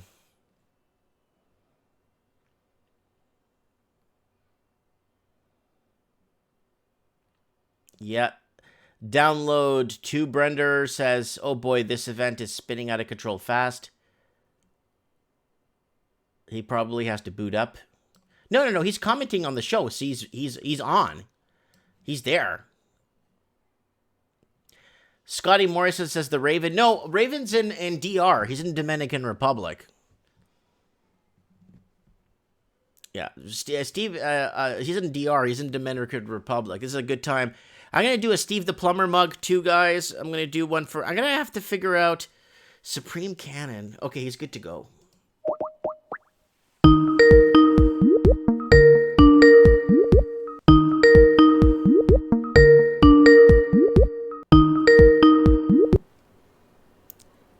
Who the hell is that? Hey, Stevie, what's up, buddy? What's happening, Mike? How's your day going? Another day in paradise. What can I tell you? All right, update us. What's happening in your neck of the woods when it comes to housing? Is the Wuhan virus? First of all, is the Wuhan virus? Are you seeing people with masks? Are you seeing mass hysteria there in Toronto? What's going on? Yeah, I'm seeing some people with some masks and stuff like that. Nothing too wild and crazy. A lot of Asian people with masks. And I mean, people just walk, kind of sort of keep their distance and whatnot. But I think the coronavirus is it's not as big as what people actually think it is. With respect to it being in Toronto, I don't think it's metastasized to that point. Okay. But that could change. We don't know how many people are actually infected, right? Oh, we'll know in a couple of weeks. Well, that's just it, right? You gotta let nature take its course and whatnot. So the actual coronavirus is a lot worse than the common flu or the cold, so to speak. There's actually a study out on it where the common flu or cold, if you will, basically it infects 1.4 people for every one person that it basically kind of sort of exposed itself to. The coronavirus, it's like for every one person that has it, basically is exposing it to 4 people. So it's a hell of a lot more potent. Yeah, it's a lot more dangerous. Very dangerous virus to get because of your survival rate of getting it. Like I said in a video a few days ago, look, I've gotten the flu. I'm 41 years old. I've probably gotten the flu 35, 40 times in my life, and I'm still alive. But if I got the coronavirus, there's a very good chance that I could die from it. Yeah. Well, I could keep getting the flu every year. They keep saying, 100,000 people a year die from the flu. Yeah, but the whole world gets the flu, Steve. Yeah, well, this is the whole thing. What a lot of people don't understand is when they say people die from the flu, they actually don't die from the flu. They die from complications from the flu. Yeah. Like pneumonia or something along those lines. Yeah. But you see what I'm saying, right? You see what I'm saying, right? Like your chances of survival of coronavirus is very slim, but your chances of surviving the flu is you know what I'm saying? Is fine. Everybody on the planets have at least had the flu many times. Anyone over 30 has had it, and they're all here still. Most of them are still here. So it's, yeah. So anyways, so housing, what's going on with housing, buddy? Are you starting to see everyone saying housing in Toronto skyrocketing? Mike, you better apologize to people that didn't buy because of you. They're out money now because of you, Mike. You know what? I don't think that's true at all. I think organized real estate wants people to think that. I know a couple of people that got into real estate, and if it wasn't for their rich parents, they would be failed, very unsuccessful real estate agents. But in any event, they're walking around and supporting that in the next 25 years, there's going to be an additional 25 million people in the GTA, so on and so forth. I call bullshit on that. I don't know where we would stick 25 million people in the GTA. An additional 25 million people. So I just don't know where we would put them all. It's just just not going to happen. Maybe you can shed some light on that, Mike. But they need to build a lot more housing. And you know what? I'll basically veto that right now because I'm absolutely 100% qualified to make this statement.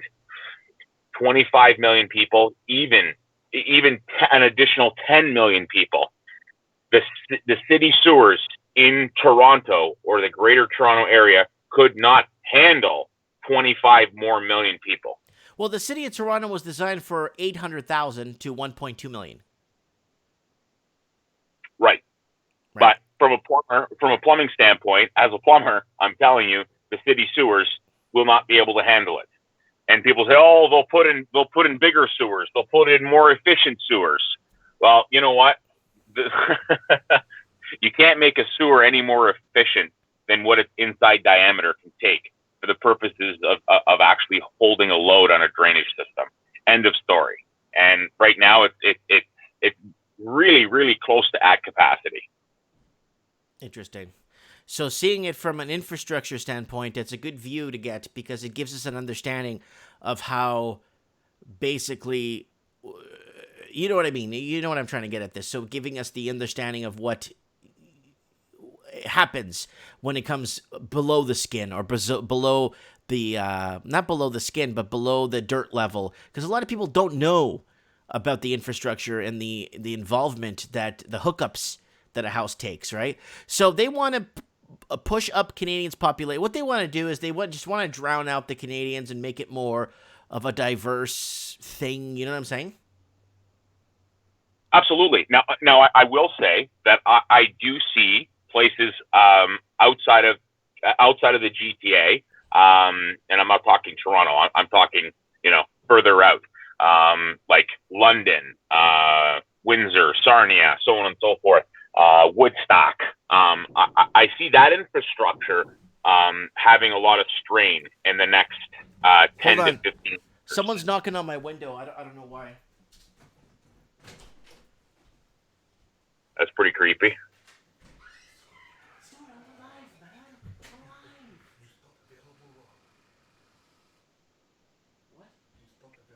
Okay, I'll fix it later, dude. I'm live. Is it with you? No, I'm live right now. Okay.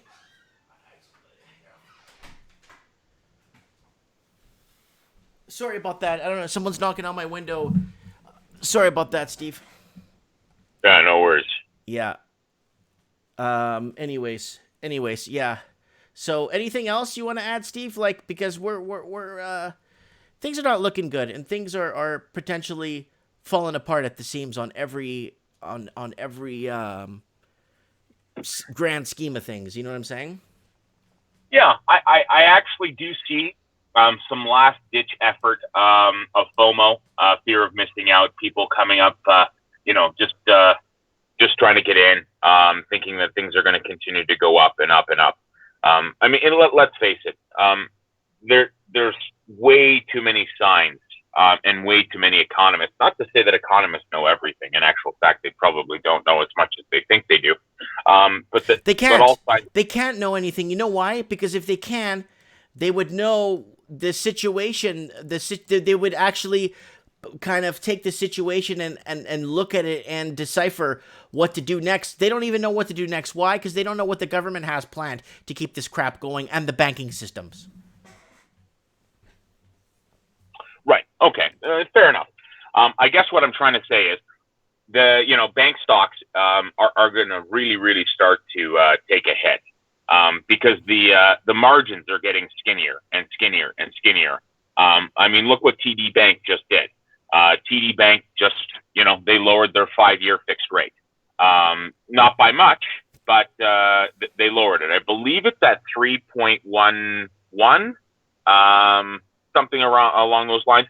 But what they actually did, which will increase one's ability to qualify for more, is they lowered the posted rate from 5.35, I believe it is. I have it right here. That's the first article I brought up. TD right here, from 5.34% to 4.99. There you go.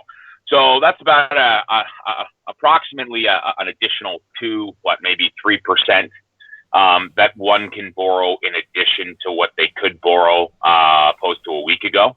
But I mean, let's not go out of I guess we don't want to blow that out of proportion.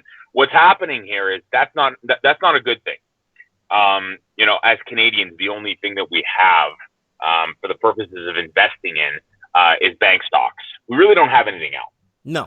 Everything else is outside of Canada, for example. And the average Canadian can't even invest in those. Right. So I guess how do I put it this way? As bank stocks continue to be under stress and scrutiny because they're not making the margins that they once were, Canada is going to start to lose its money, even more so than it is today. It's called the Great Canadian White Short. Sure, let's call it that. People don't realize that you can't have an economy built on speculation and a false housing market. Mm-hmm. It just won't work. Well, it's been working for the last 10 years across the Commonwealth. Now with this coronavirus kicking in, I think this is the little bit of juice that it needs. Like, I don't know what they're gonna. I don't know. You know what? They're gonna start doing lifetime mortgages now, and then they're gonna start. I don't know. I don't even know. Right. So I think they also have to realize that they can't really do the 40-year amortizations or the 50-year it's just not happening. You got to remember that, in the greater Toronto area, for the purposes of just getting into the market, if you are under the age of 30, mm-hmm. you are very, very lucky to even remotely be on a deed to any type of sort of residential property. And chances are your parents helped you out or bought you the bloody thing. Because under the age of 30, you're just barely in your chosen profession. Right. So you got to remember something. People are buying their house, in their early to mid 30s, at the very least. Mm-hmm.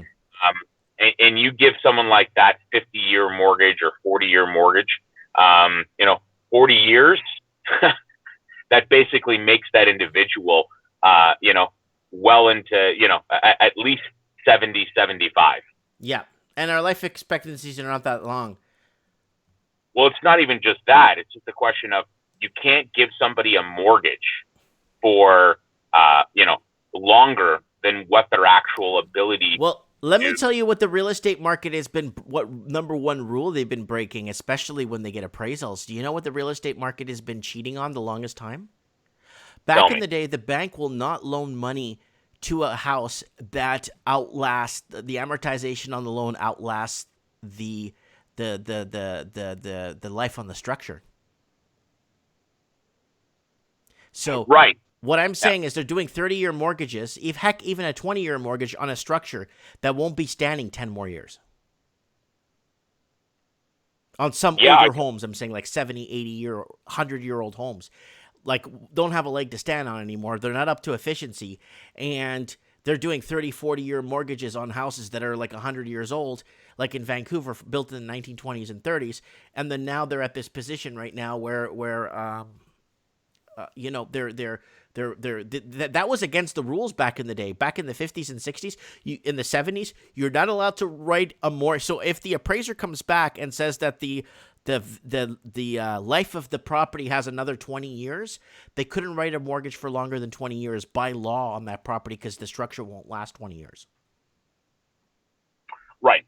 I understand what you're saying. I was actually just involved in a situation where the bank wouldn't lend unless they forget about the structure. They actually wanted a soil test done to make sure that the soil was good in terms of the piece of land before they would give any sewer water main permit, gas permit.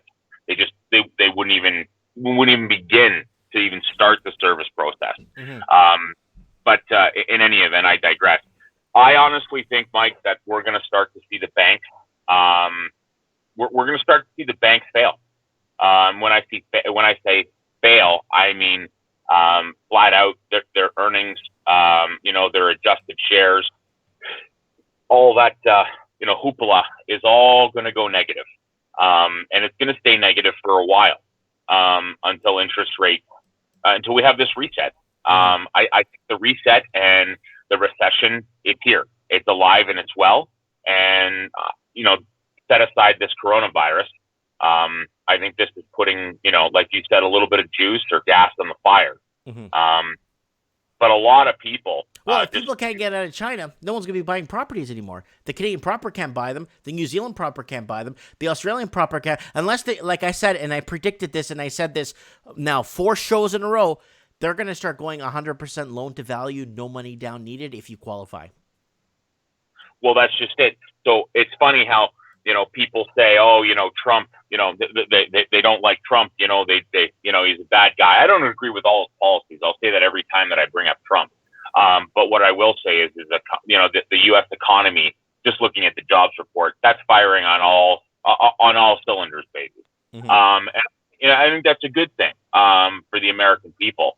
I also think it's ironic that he goes ahead and shuts down flights out of China into the U.S. or from the U.S. Into China, and then all of a sudden Justin Trudeau doesn't do anything. Well, of course he's not going to do anything. It's his job not to do anything. Well, let's look at that a little closer, Mike, because at the end of the day, it's not that he didn't do anything. Imagine that. You're going to go ahead and you're going to intentionally shut off one of the number one influencer or drivers within your economy. Whether it's actual legit money or it's being laundered, we need that money. Because if we don't get that money, our economy with respect to housing will automatically collapse overnight. Mm-hmm. 100% collapse overnight. That is my opinion. I'm sure other people have different, opinions on it. But if they banned selling in China in terms of real estate, there's a number of different things. Right now, I can tell you firsthand, there's even greater capital outflows restrictions on that money coming out of China right now. Mm-hmm. And I've confirmed that by 2 people that are Chinese and are well versed in terms of the banking sector over there. Mm-hmm. Mm-hmm. So you start cutting off all those things and you remove that stimulus, if you will, the house of cards is going to come down hard and fast. Mm-hmm. Okay. That's a good keynote there. It is, and people are gonna have to get off the treadmill, or something is gonna have to happen or give. Well, that's exactly right. I think we need to understand that we've overbought, we've over leveraged. Mm-hmm. I mean, you were onto something in terms of actual mortgages and whatnot, being no money down. What I think will actually end up happening, as a final thought, I'll let you go, Mike. I think when people further start to lose their houses and continue to lose their houses, and they're left with a gigantic balance or a substantial balance, that's when it's going to come into play where the actual bank will be forced to say, okay, well, Mr. Smith, we know you didn't pay your mortgage. We had to repossess the home, but you owe us a whack of money. Technically we've sold this house for X amount of dollars, mm-hmm. and there's a remaining deficiency balance, if you will. That balance needs to be paid.